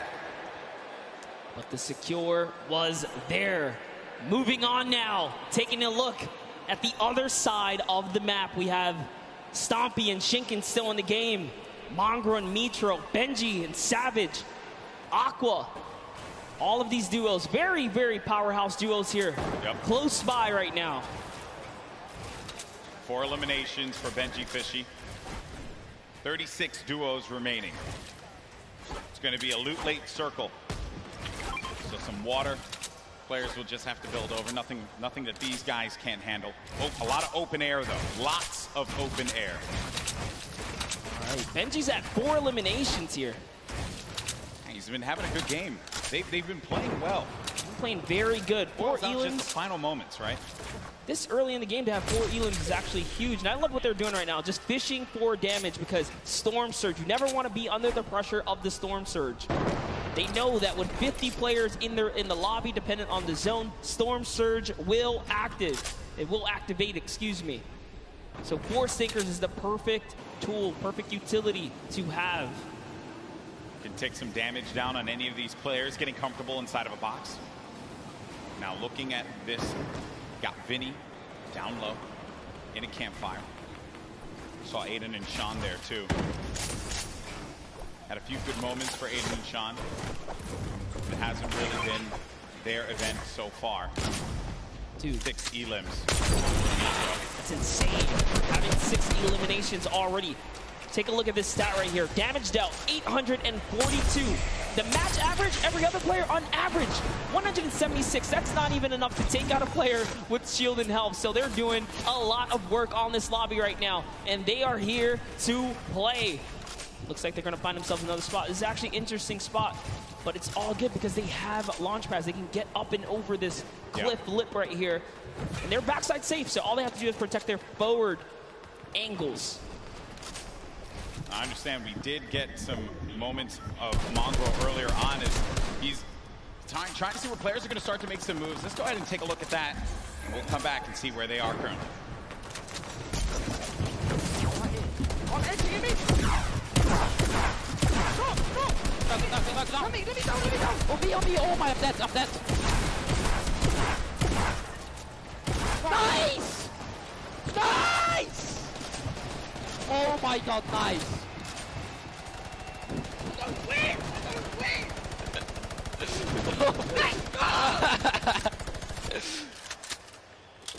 And that's why this is One of the best duos in Fortnite. Way to clutch up in those moments, man. Yeah, the nerves, they have to be shaking there. But Mongrel, just a steely stare. Love it. Love to see it. Get out there and get yourself a duo that's going to clutch up for you today in the Fortnite game. If your friend ain't doing it, drop him. You don't need him. That's right, but you heard him. He said we're going to win loud and confidently. Mongrel and Mitro are here. And they're here to win this game. That's the mission. But everyone else, all 33 duos that remain here have that same objective in mind. Luckily for them, I think that circle does work out for them just a tad. And there it is, Storm Surge. It's now live. And it's going to hurt some people. You either have to do damage or less than 50 players have to be in the lobby. So 6 individual players right Gustavo's now out. are under it. Yep, that's it. Gustavo gets owned right there. Is Wishy going to be able to do something about it? Storm Surge in effect. Dubs and Mega once again. They're in second place in the leaderboards. 3 games have worked out very, very well for them. And they can see that effect. You can see the Storm Surge around you. 51 players. Only 1 player needs to be eliminated, and that will be it. Says, you know what? We balling. They out. They're going. They're trying to get that zone plan for placement right now. And do you blame them? Why not? They're in the lead right now. All they have to do is consistently skate through. They've gotten through the hardest part, the beginning. They're warmed up. As Mega is trying to fish around here and get a good spot. Looks like they get themselves a little bit more real estate, but the pressure is in because the baller players come in. Right in front of them, too. More defense having to be played here. It's kind of shades of game 3 when they were in a similar spot, but this was from the high ground. This time, they'll be right in front of them. The action has cooled, though. They can take a moment to reset. Definitely did cost a fair amount of metal right there. Mega now on 300 metals, trying to inch his way to that fence nearby. Just doing a little bit of a material swap right there. Back to Mr. Savage and Benji Fishy with the minigun. The minigun's so good for pressure plays. Spread out a few of those materials. Get ready for the potential movement. The snaking is what you would hear players often mention. They tunnel out, give themselves some coverage. You need a lot of materials for that. Then the artillery strike from up above, a new item that was added. You can build around and give yourself some defense, so really it's just waiting it out rather than having to move out of the blast area. 5 elims for Mr. Savage and Benji Fishy. 6 for Mitro and Mongrel. This has certainly been a dominant game for EU thus far. Yeah, for sure. As Yuang takes out Rote right there, EU player is going to go down. Rote gets the trade out, though. Must have been the zone here as we are cutting across here. Mitro's trying to find some real estate here. Is he going to be able to set up? He's going for the high ground. A little bit of a build-off, but Mongrel's got it under control. He's got the high. Who's putting some pressure down? Yeah, he's getting the shot straight across here, Golden. Yeah, there was a duo right on the other side there that Mitro was concerned about. So he goes low. Then really, wherever you go, there are going to be players looking right at you. And sometimes you just manage to incur the wrath of the entire server. Luckily for Mitro, that did not happen quite yet. Saf, I just saw Saf get dropped. Zate's going to be separated from his teammate there across the side. And that is the circle creeping on forward. It's going to be open air, open space for them. So the ballers will have space to move around and try to survive here. This is it. It's coming down to the final moments, Monster, for a lot of these players. The pressure's on. Yeah, Saf has already been taken out, so Zate is left to fend for himself here. Can he play for placement? We already know Mongrel Mitro were split up. Can they find themselves amongst the chaos here? Aqua and Nyrax are holding up the high ground here as well, and that's a scary duo. Way up top, uncontested. Not someone that you want to have up above you. Mitro, 6 builds remaining. After this, doesn't really have much left to work with, and the builds go away pretty much instantly. Zate gets eliminated, so that's going to be the end of the duo that's currently in first place in the standings, but Mega and Dubs. Dubs is out as well. 4 eliminations for the duo, the bottom right of your screen. Mega very capable of being able to clutch this out by himself, but it will not be easy. Yeah, Mongrel actually just slips into the low ground too right now, so he is trying to stay alive here. Jumps into someone's box. It's Voron who gets taken out right there by Mongrel, so he's still in the running. Mega goes up and gets traded as well. Vinny's still here too. So many solos remain right now, but there are still several duos in the game here, Golden. And the scariest duo is going to be up above. It's Aqua and nickmercs. They're tarping this up, and they're putting down shots wherever they can. If they can get a few more eliminations, a few more points, that will jettison them up the leaderboards. Elevate has 7 elims as well right now. He has 7 already. Rojo jumps out of the box. From him. Wolfie's still in the game. Controller player. Talking to our boy Christian earlier, he mentioned he loves to get in the faces of players, and it has worked out for him thus far. Elevate is out of the game. 7 eliminations for him, 7 points, not bad at all, and you're going to get the placements to boot. Still, Aqua and nickmercs up above. Then you got Benji Fishy in the game. 5 eliminations for him, 6 total with Mr. Savage's 1. Oh, there's a player in front of him. He pops up in front of him. Oh, that is so scary there, but Benji Fishy is eliminated by Sky. Sky has been around the competitive scene for a long time, and for good reason right there. nickmercs now owning from the high ground, putting that pressure down. A shockwave was initiated right there, but it's not going to be enough. This is their map to control right here in the final moments. They're the only duo standing, Golden Boy. This is their game to win. The cooler duo. Is this going to happen? As they're putting the pressure on these players down low. They're synergized, they're communicating, and they're ready to pick up this victory royale in Game 4. He only has 10 builds, though. This is very intense. Both of them don't have much here. He's going to put all the splashes down. Is that the decision right there to commit? Looks like the shockwave is going to cause an eruption in the high ground, and now they're in the zone here. What's going to happen here? This is so close. 5 players remaining.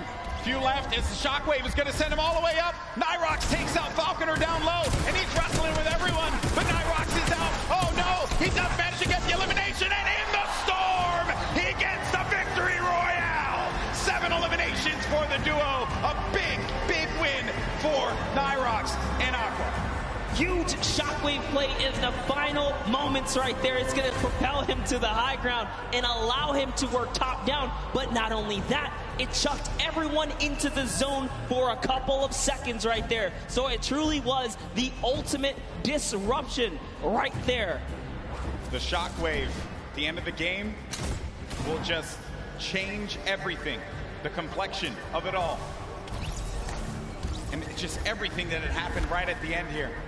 nickmercs, he just went down low. He wanted to get scrappy with him. He goes down. That's Sky and Chapix. And then it's Aqua who follows it up. Flew up right into the sky there. That was actually cool. I also like looking at the player's face at these moments because the focus that he has. Oh, man. To hit your shots. You must hit your shots. Look at that. Stompy, Shinken have talked about Aqua and nickmercs as players to look out for. They're scary competitors on the scene, and good to see them take a victory royale. Yeah, in EU, right? So we've had 2 NA, 2 EU now. You know, getting a little scrappy out there. Spicy. I like to see it, right? Everyone's like, EU, where you at? NA, where you at? Right? But hey, that is the game, right? You never know what you're gonna get. Saf and Zayt still hold on to first place, but it's only gonna be by 2 points. Dubs and Mega, they're looking for that victory royale. If they're able to get it, hey, they could find themselves in first. Vinny and Zextro in 3rd place currently with 35 points, 5 shy of first place. Saf and Zayt have to hold on to their title as the kings of the mountain. And in that last game, they just could not put it together. These last few games for this duo is going to be critical given how close this gap is between all of the players in the top 10. That's right, and take a look at your next page here. We saw plenty of spades and crims winning that Paradise Palms kind of early interaction, but one loss sets them way back to the second page now because you have to continue to accrue points here. But look, Epic Whale still here as well. There's a lot of players in the running. Yeah. Wild stuff from game 4, excuse me, as we've had the EU duo, the cooler duo, managing to get their win on the world stage. I know that we're going to have Jordan in a little bit with the winners. He's getting everything together. I want to hear from these players, and good news is we are going to do just that. So let's send it on over to Jordan, who has our winners standing by. A massive shift for EU here. We all know that shockwave grenades can absolutely shift the balance of in-game, especially allowing you to propel yourself up and work your way top down to dominate and control what was the most exciting final moments of in-game here today. What is your plan going into these next couple of games? There's a lot kind of hanging in the balance here, right? There's a big momentum shift for you, and you have the opportunity to kind of go any direction that you want. What's your plan? Our plan is just to keep going what we're doing right now, just landing our spot and going for consistent placement points. Consistent placement points, that's key and can absolutely take the Valkyrae home, as you saw just now. Back to you, GB and Monster. Thank you so much, Jordan, for that one, and stay the course. No reason for you to adjust anything. If it worked out for you there, clearly you're doing something right, Monster. Yeah, absolutely. I think these competitive players know best, and stubbornness is in their name. You saw Jamside, 7SSK say, hey, I don't care if I lose the first 3 times here. We're going to master this. We're going to turn it around. And they did. They had a great, at least, showing at some point at the last one. So players are going to stick to their guns. Early engagements, man, that is just... I love seeing those fights with the gray weapons, right? You really can tell who can figure it out with not much to work with. That's always the challenge that players have to deal with in the beginning of a game like this. Now, I do understand we have Balla standing by to break it down and what we saw in Game 4. Balla? Yeah, well, Aqua and Nickmercs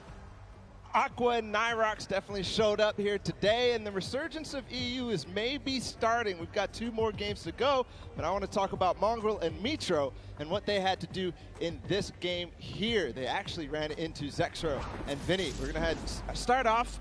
GB, you were talking about early game engagements. This is one that's been going in the duo of Mongraal and Mitro's favor against Skeptic and Clicks in Neo Tilted Towers. The pressure here from Mitro to find out exactly where the first player is. Mongraal up above, then targeting on both. They try to get into the same box at the same time. They go down and just continue pushing forward. Mongraal and Mitro, it's the second time that they win this engagement here today, and it's not stopping. They continue forward onto Volks and Parpy and just try to hunt down everything. There Clicks is trying to escape as well.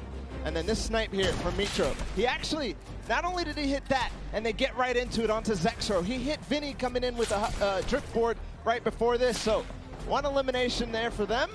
And then they had the engagement that we saw earlier. We're going to go ahead and run it back because this clutch puts them perfectly in position at 4th place right now. A reminder that this was with Mitro down after all was said and done.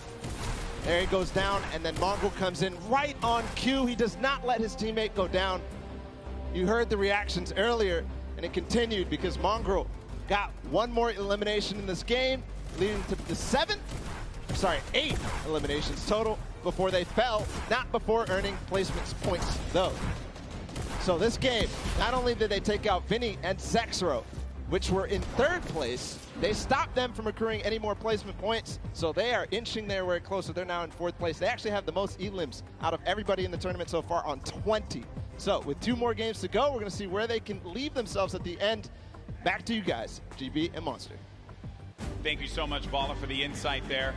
Everyone getting all ready for games 5 and 6. And then we crown our first ever Fortnite World Champion. Crazy to say out loud. It's happening. It's happening. This is it. It's happening. It's happening, right? Now, there have been a lot of duos that have been the talk of the town, but one duo in particular that have a lot of fans excited are Benji Fishy and Mr. Savage. And we did get an opportunity to catch up with them, and they're currently in 8th place. Can they climb up? Let's go ahead and check it out.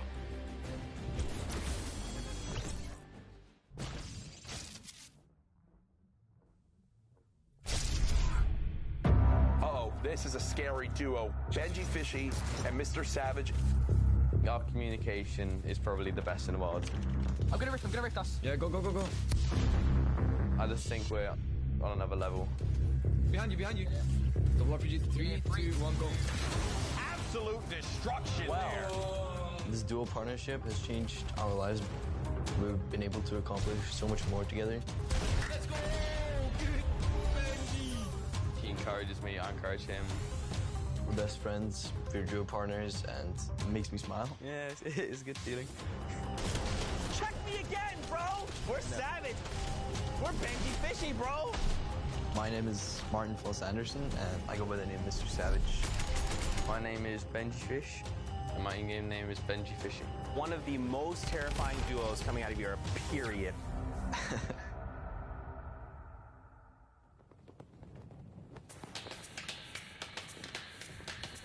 We live in different places, but we talk every day online.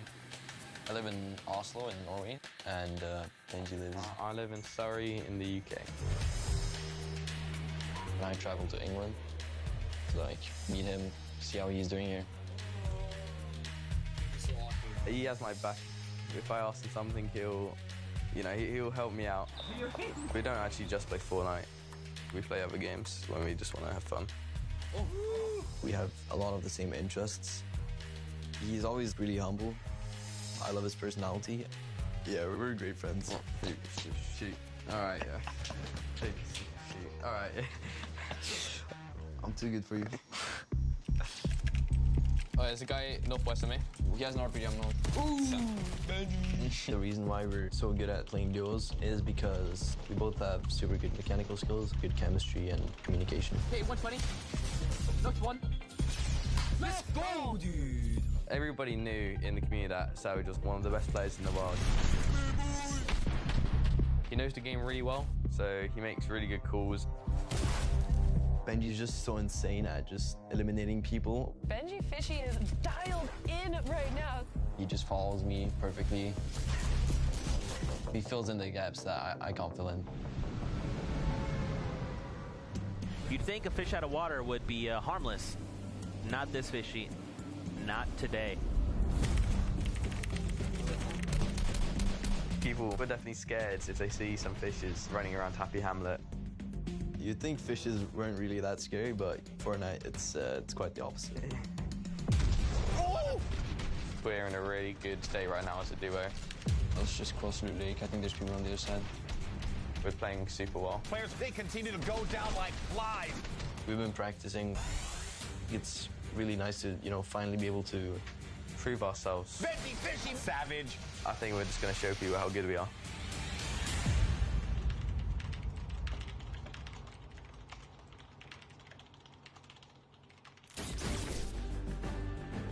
Hey, look at that right there. Some fans of Mr. Savage and Benji Fishy. They were diabolical in the online qualifiers.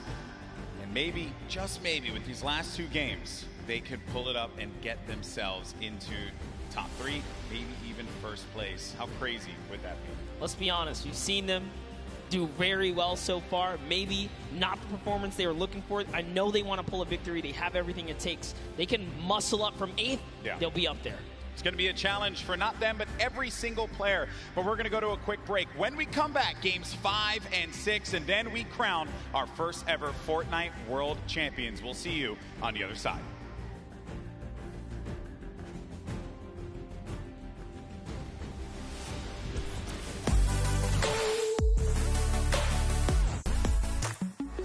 I'm here in the player lounge right now, joined by our Pro-Am winners, RL Grimes and Airwalks. Wasn't totally expecting you'd win 2 in a row.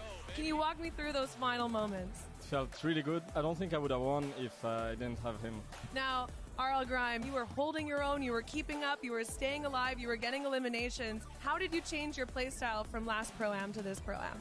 I think we learned a lot from the last one. Just that you should focus on late game a little bit, and I just sort of let him lead the way and made it happen. How did it feel to play with a potential World Cup duo winner? It's amazing. I'm actually going to come tomorrow and sit in the stands and cheer for my man Airwalks, yeah. Maybe make an Airwalk sign and wave it in the air? Maybe a 98 bot sign. I'll hold it up. Good luck on the event tomorrow. Congratulations on winning. Congratulations on winning. Incredible, incredible gameplay throughout Fortnite World Cup Pro-Am.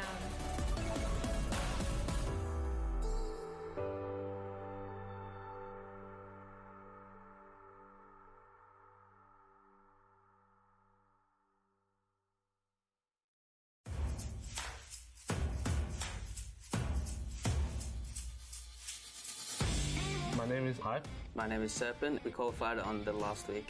Week 10, duos. It was pretty crazy. We knew it was the last opportunity we had, so we were just completely focused the entire time, and it was just a huge, huge relief after we qualified. Yeah, it was such a relief. I was waiting for this moment the whole time. Well, before the leaderboard updated, we was almost positive. We was freaking out. And then when we finally saw the leaderboard update, we just started screaming the entire house down. We started playing back in like season 3 of Fortnite.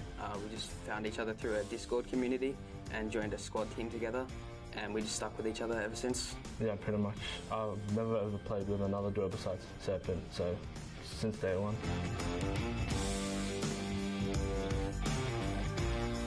We both make calls. Yeah, we both have things we're a little bit better at, but we try to take the roles like evenly. I'm just really excited to play with everyone from all the regions.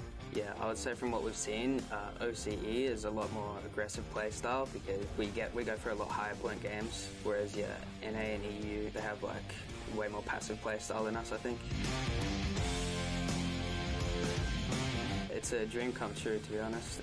It's all I've wanted to do is just play games, and to have a huge opportunity like this is amazing. Yeah, it's pretty much the same, but yeah, just crazy opportunity to be able to play against the best players around the world.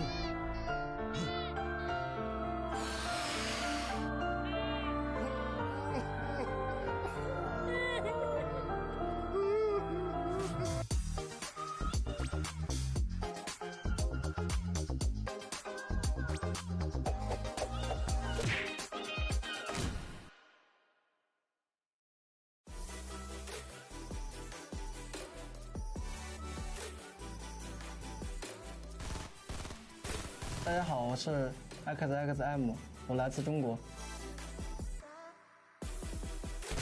The rocket's gonna come up through. Are they all coming down? Moon PB. Oh. 我叫小蒙德，我来自中国。我们是在那个亚洲锦标赛第6周海选的时候，然后双排拿到了亚洲第1。A second rocket going to catch both players? How do you even find that angle? 当时我很高兴，我超级高兴，从桌子上跳了起来。 These guys do not miss. You have to be careful. You cannot sleep on them. 我们为了准备这个比赛，我们每天基本上要训练12个小时以上。我想我到现场的话，我的心应该会蹦出来。我希望他们可以好好的去看这场比赛，因为能学到很多的东西。 And it's over before we could even say anything because Xpende and XXM just destroyed them. Don't land on these guys. 因为我平时很喜欢购入。 然后，如果说获得这么多奖金的话，我一定会买。也许我会在一个很悠闲的地方买一个栋房子，比如瑞士。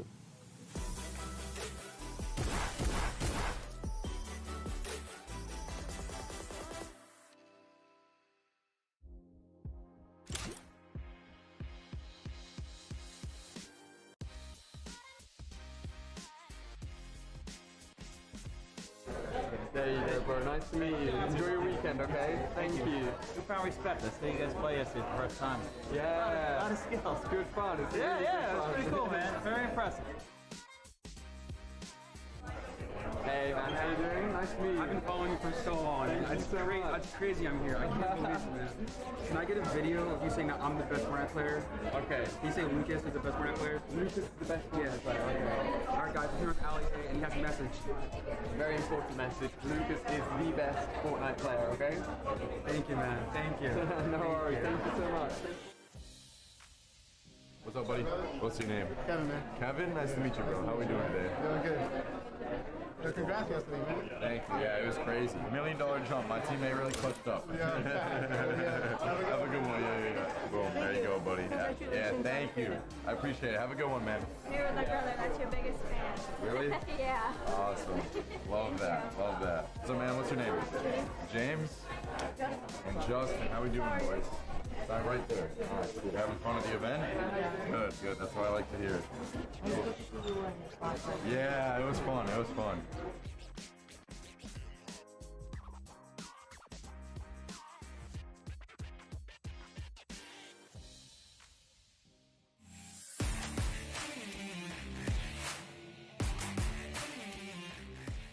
What's up, guys? It's Clicks. And it's Skeptic. And we qualified for NA East. Alright, so me and Clicks' main goal, we even said it the day before in semifinals, we wanted to shoot for top 25 because we qualified the first week that it was duos.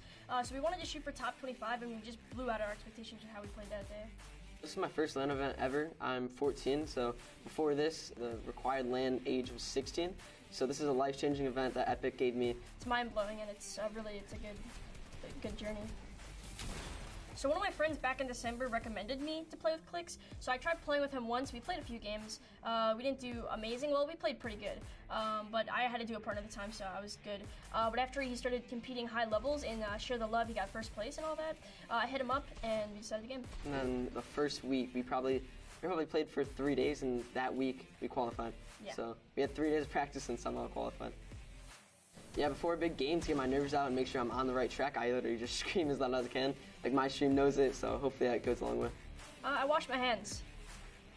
I'm not joking. No, I wash my hands. I have to get the perfect grip on my mouse, so I wash my hands a lot. Like a lot a day, just to make sure I have a perfect grip on my mouse. Sounds pretty weird, but it helps.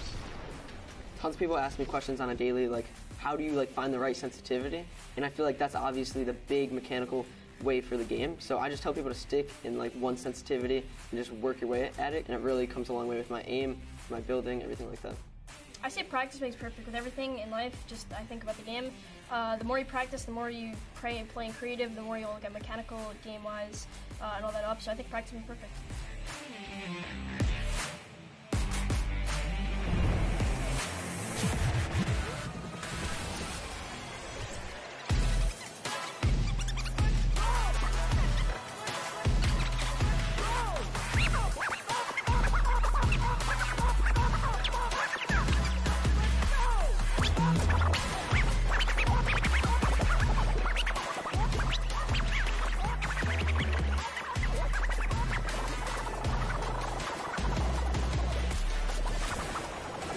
Ladies and gentlemen, welcome back.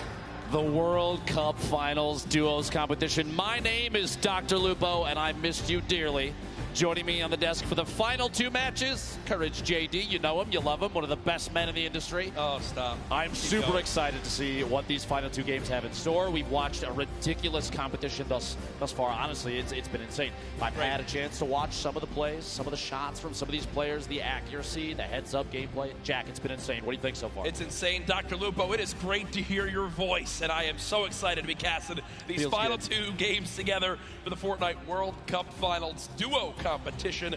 We are 2 games away from crowning our first ever Fortnite World Champions, who will win a combined $3 million US. That is a lot of money if you don't know how much US dollars is worth, because this is the World Cup, as you know. But Ben, I'm so excited. It's insane. The $3 million for first place. It's not the only position on the leaderboard that takes home 7 figures. And to look at that leaderboard, we're going to throw it over to Sundown just to see where everybody stands thus far.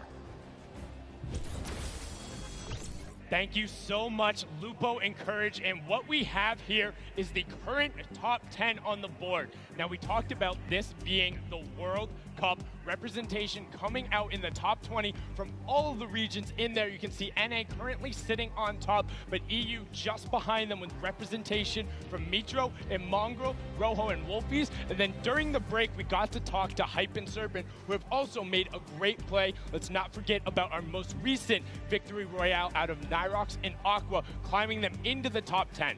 Now, what we want to take into account, 2 matches are left. The highest elim totals we've seen out of a pairing is 12. We've seen it twice.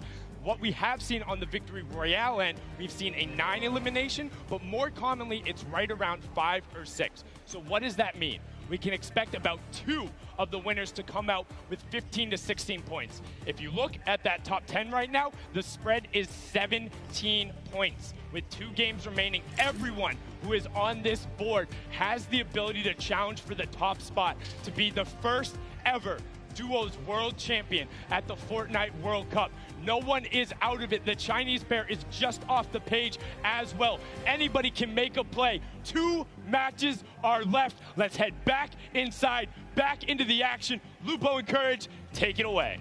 Sundan, thank you so much for your analysis of the board thus far. And you're right.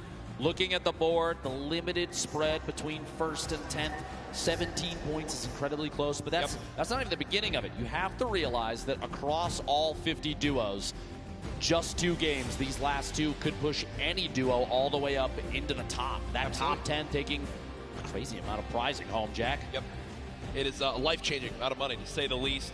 As you know, people watching from around the world, millions and millions tuning in today. Use the hashtag Fortnite World Cup. I want to hear from you right now. Tweet Dr. Lupo, myself, Fortnite. Which region will come out on top? Will NA remain up top? Will EU surge back? You heard some of the Asia, Oceanic, Brazil region still trying to push on through. I think NA is going to do it. I really do. It's anybody's game, to be quite honest, but it's interesting to see trends from the qualifiers of previous weeks. You know, the 10 that we had leading up to this moment. Some of the names that were stars then, stars yet again here, and that consistency is going to shine through in a big way as we go into late games. We've had some of the highest player count final circles that we've ever seen. We've had a lot of aggressive gameplay from people at clutch moments. And that's not the end, Jack. We've got 2 games left, and Game 5 is ready to go, Jack. Ladies and gentlemen, this crowd has been incredible live here at the Arthur Ashe Tennis Arena in New York City. Which region will reign supreme? 5, 4, 3, 2, 1. The battle bus has launched. Game 5 is underway.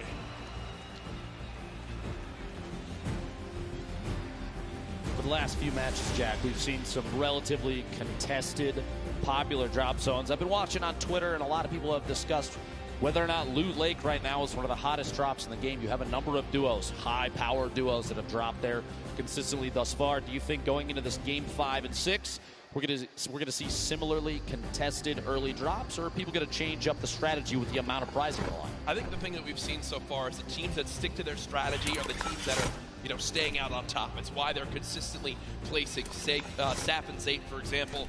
Wouldn't be surprised to see people stick with their normal game one more time. Again, as Sundown did a great job of highlighting, Dr. Lupo, one big performance, 12 elims in a Victory Royale, 22-point game would shoot you way up the leaderboards. Oh, yeah. So you can't count yourself out yet, as we do see our last match winners currently on our screen. Uncontested there. nickmercs dropping in an early baller, a very pivotal piece for late game survival. Going to farm up all the materials he can inside. Not going to smash too much of the outside until maybe the last second, just to prevent any reveal of his own position. He's just going to go and move on. And actually does see targets down below. A couple attempted shots. That scope, they are accuracy at this level. Going to have to be very key if you're going to try and pick up an elimination that early. The scope might be exactly what nickmercs needs to establish yet another elimination to put himself higher on the leaderboard of his duo. Remember, the scope, the assault rifle, a hit scan weapon. You aim, you point, you shoot. If it's on him, it'll hit him. And these guys have pinpoint accuracy, as it's known. When you land on the southwest side of the map, if you don't land in an exact big area, it's a very, very scrappy start. It's a lot around getting a baller, rotating on through, and just trying to pick up one chest here, loot one building here, and piece some things together.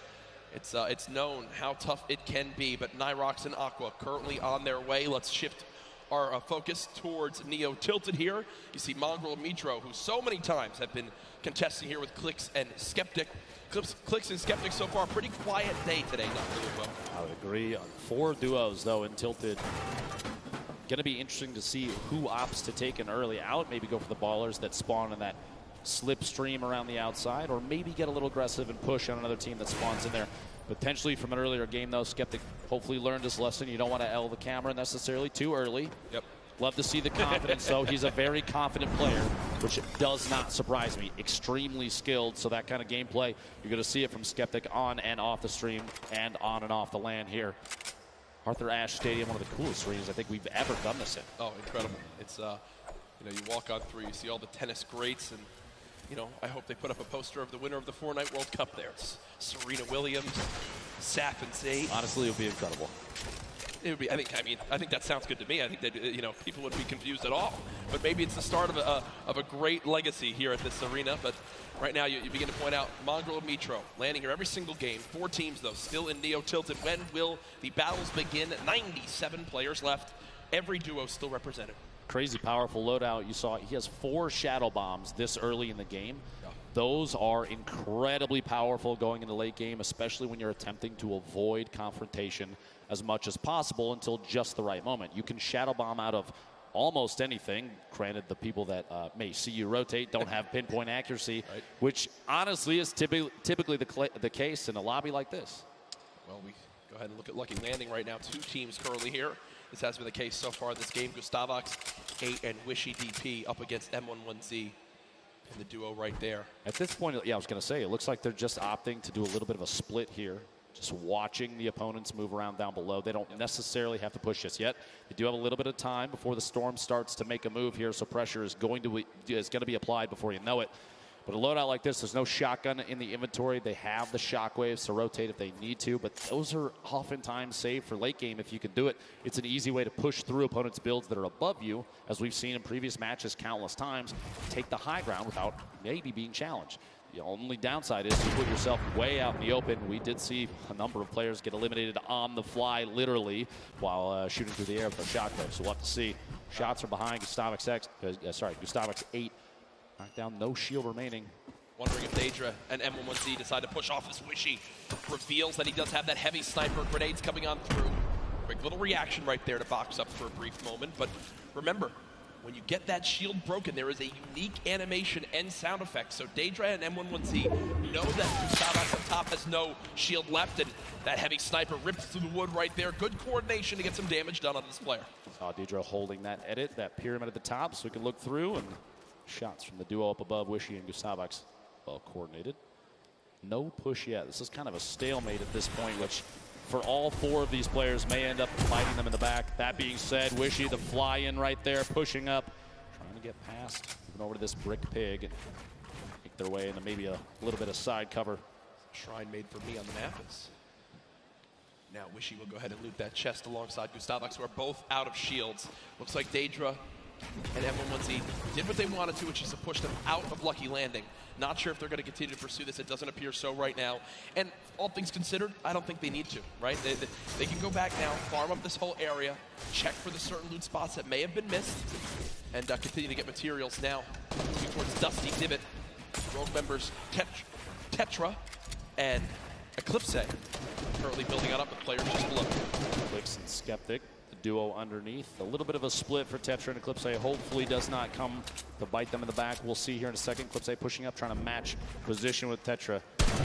Shots on the baller. You don't want to see those things last too long. Nobody was in it. It was just rolling down the hill. And this could be really useful, Ben, because the players down low that are going to get hit by this airstrike, I believe it's Clicks and Skeptic, are only building with wood, and wood gets shredded on through. And Skeptic, because of that, now down to just 25 HP, and that might be the green light for this duo to push on forward. One player challenging up top. Eclipse has him trapped in the box. Does take a little bit more damage. It will be a build battle for height.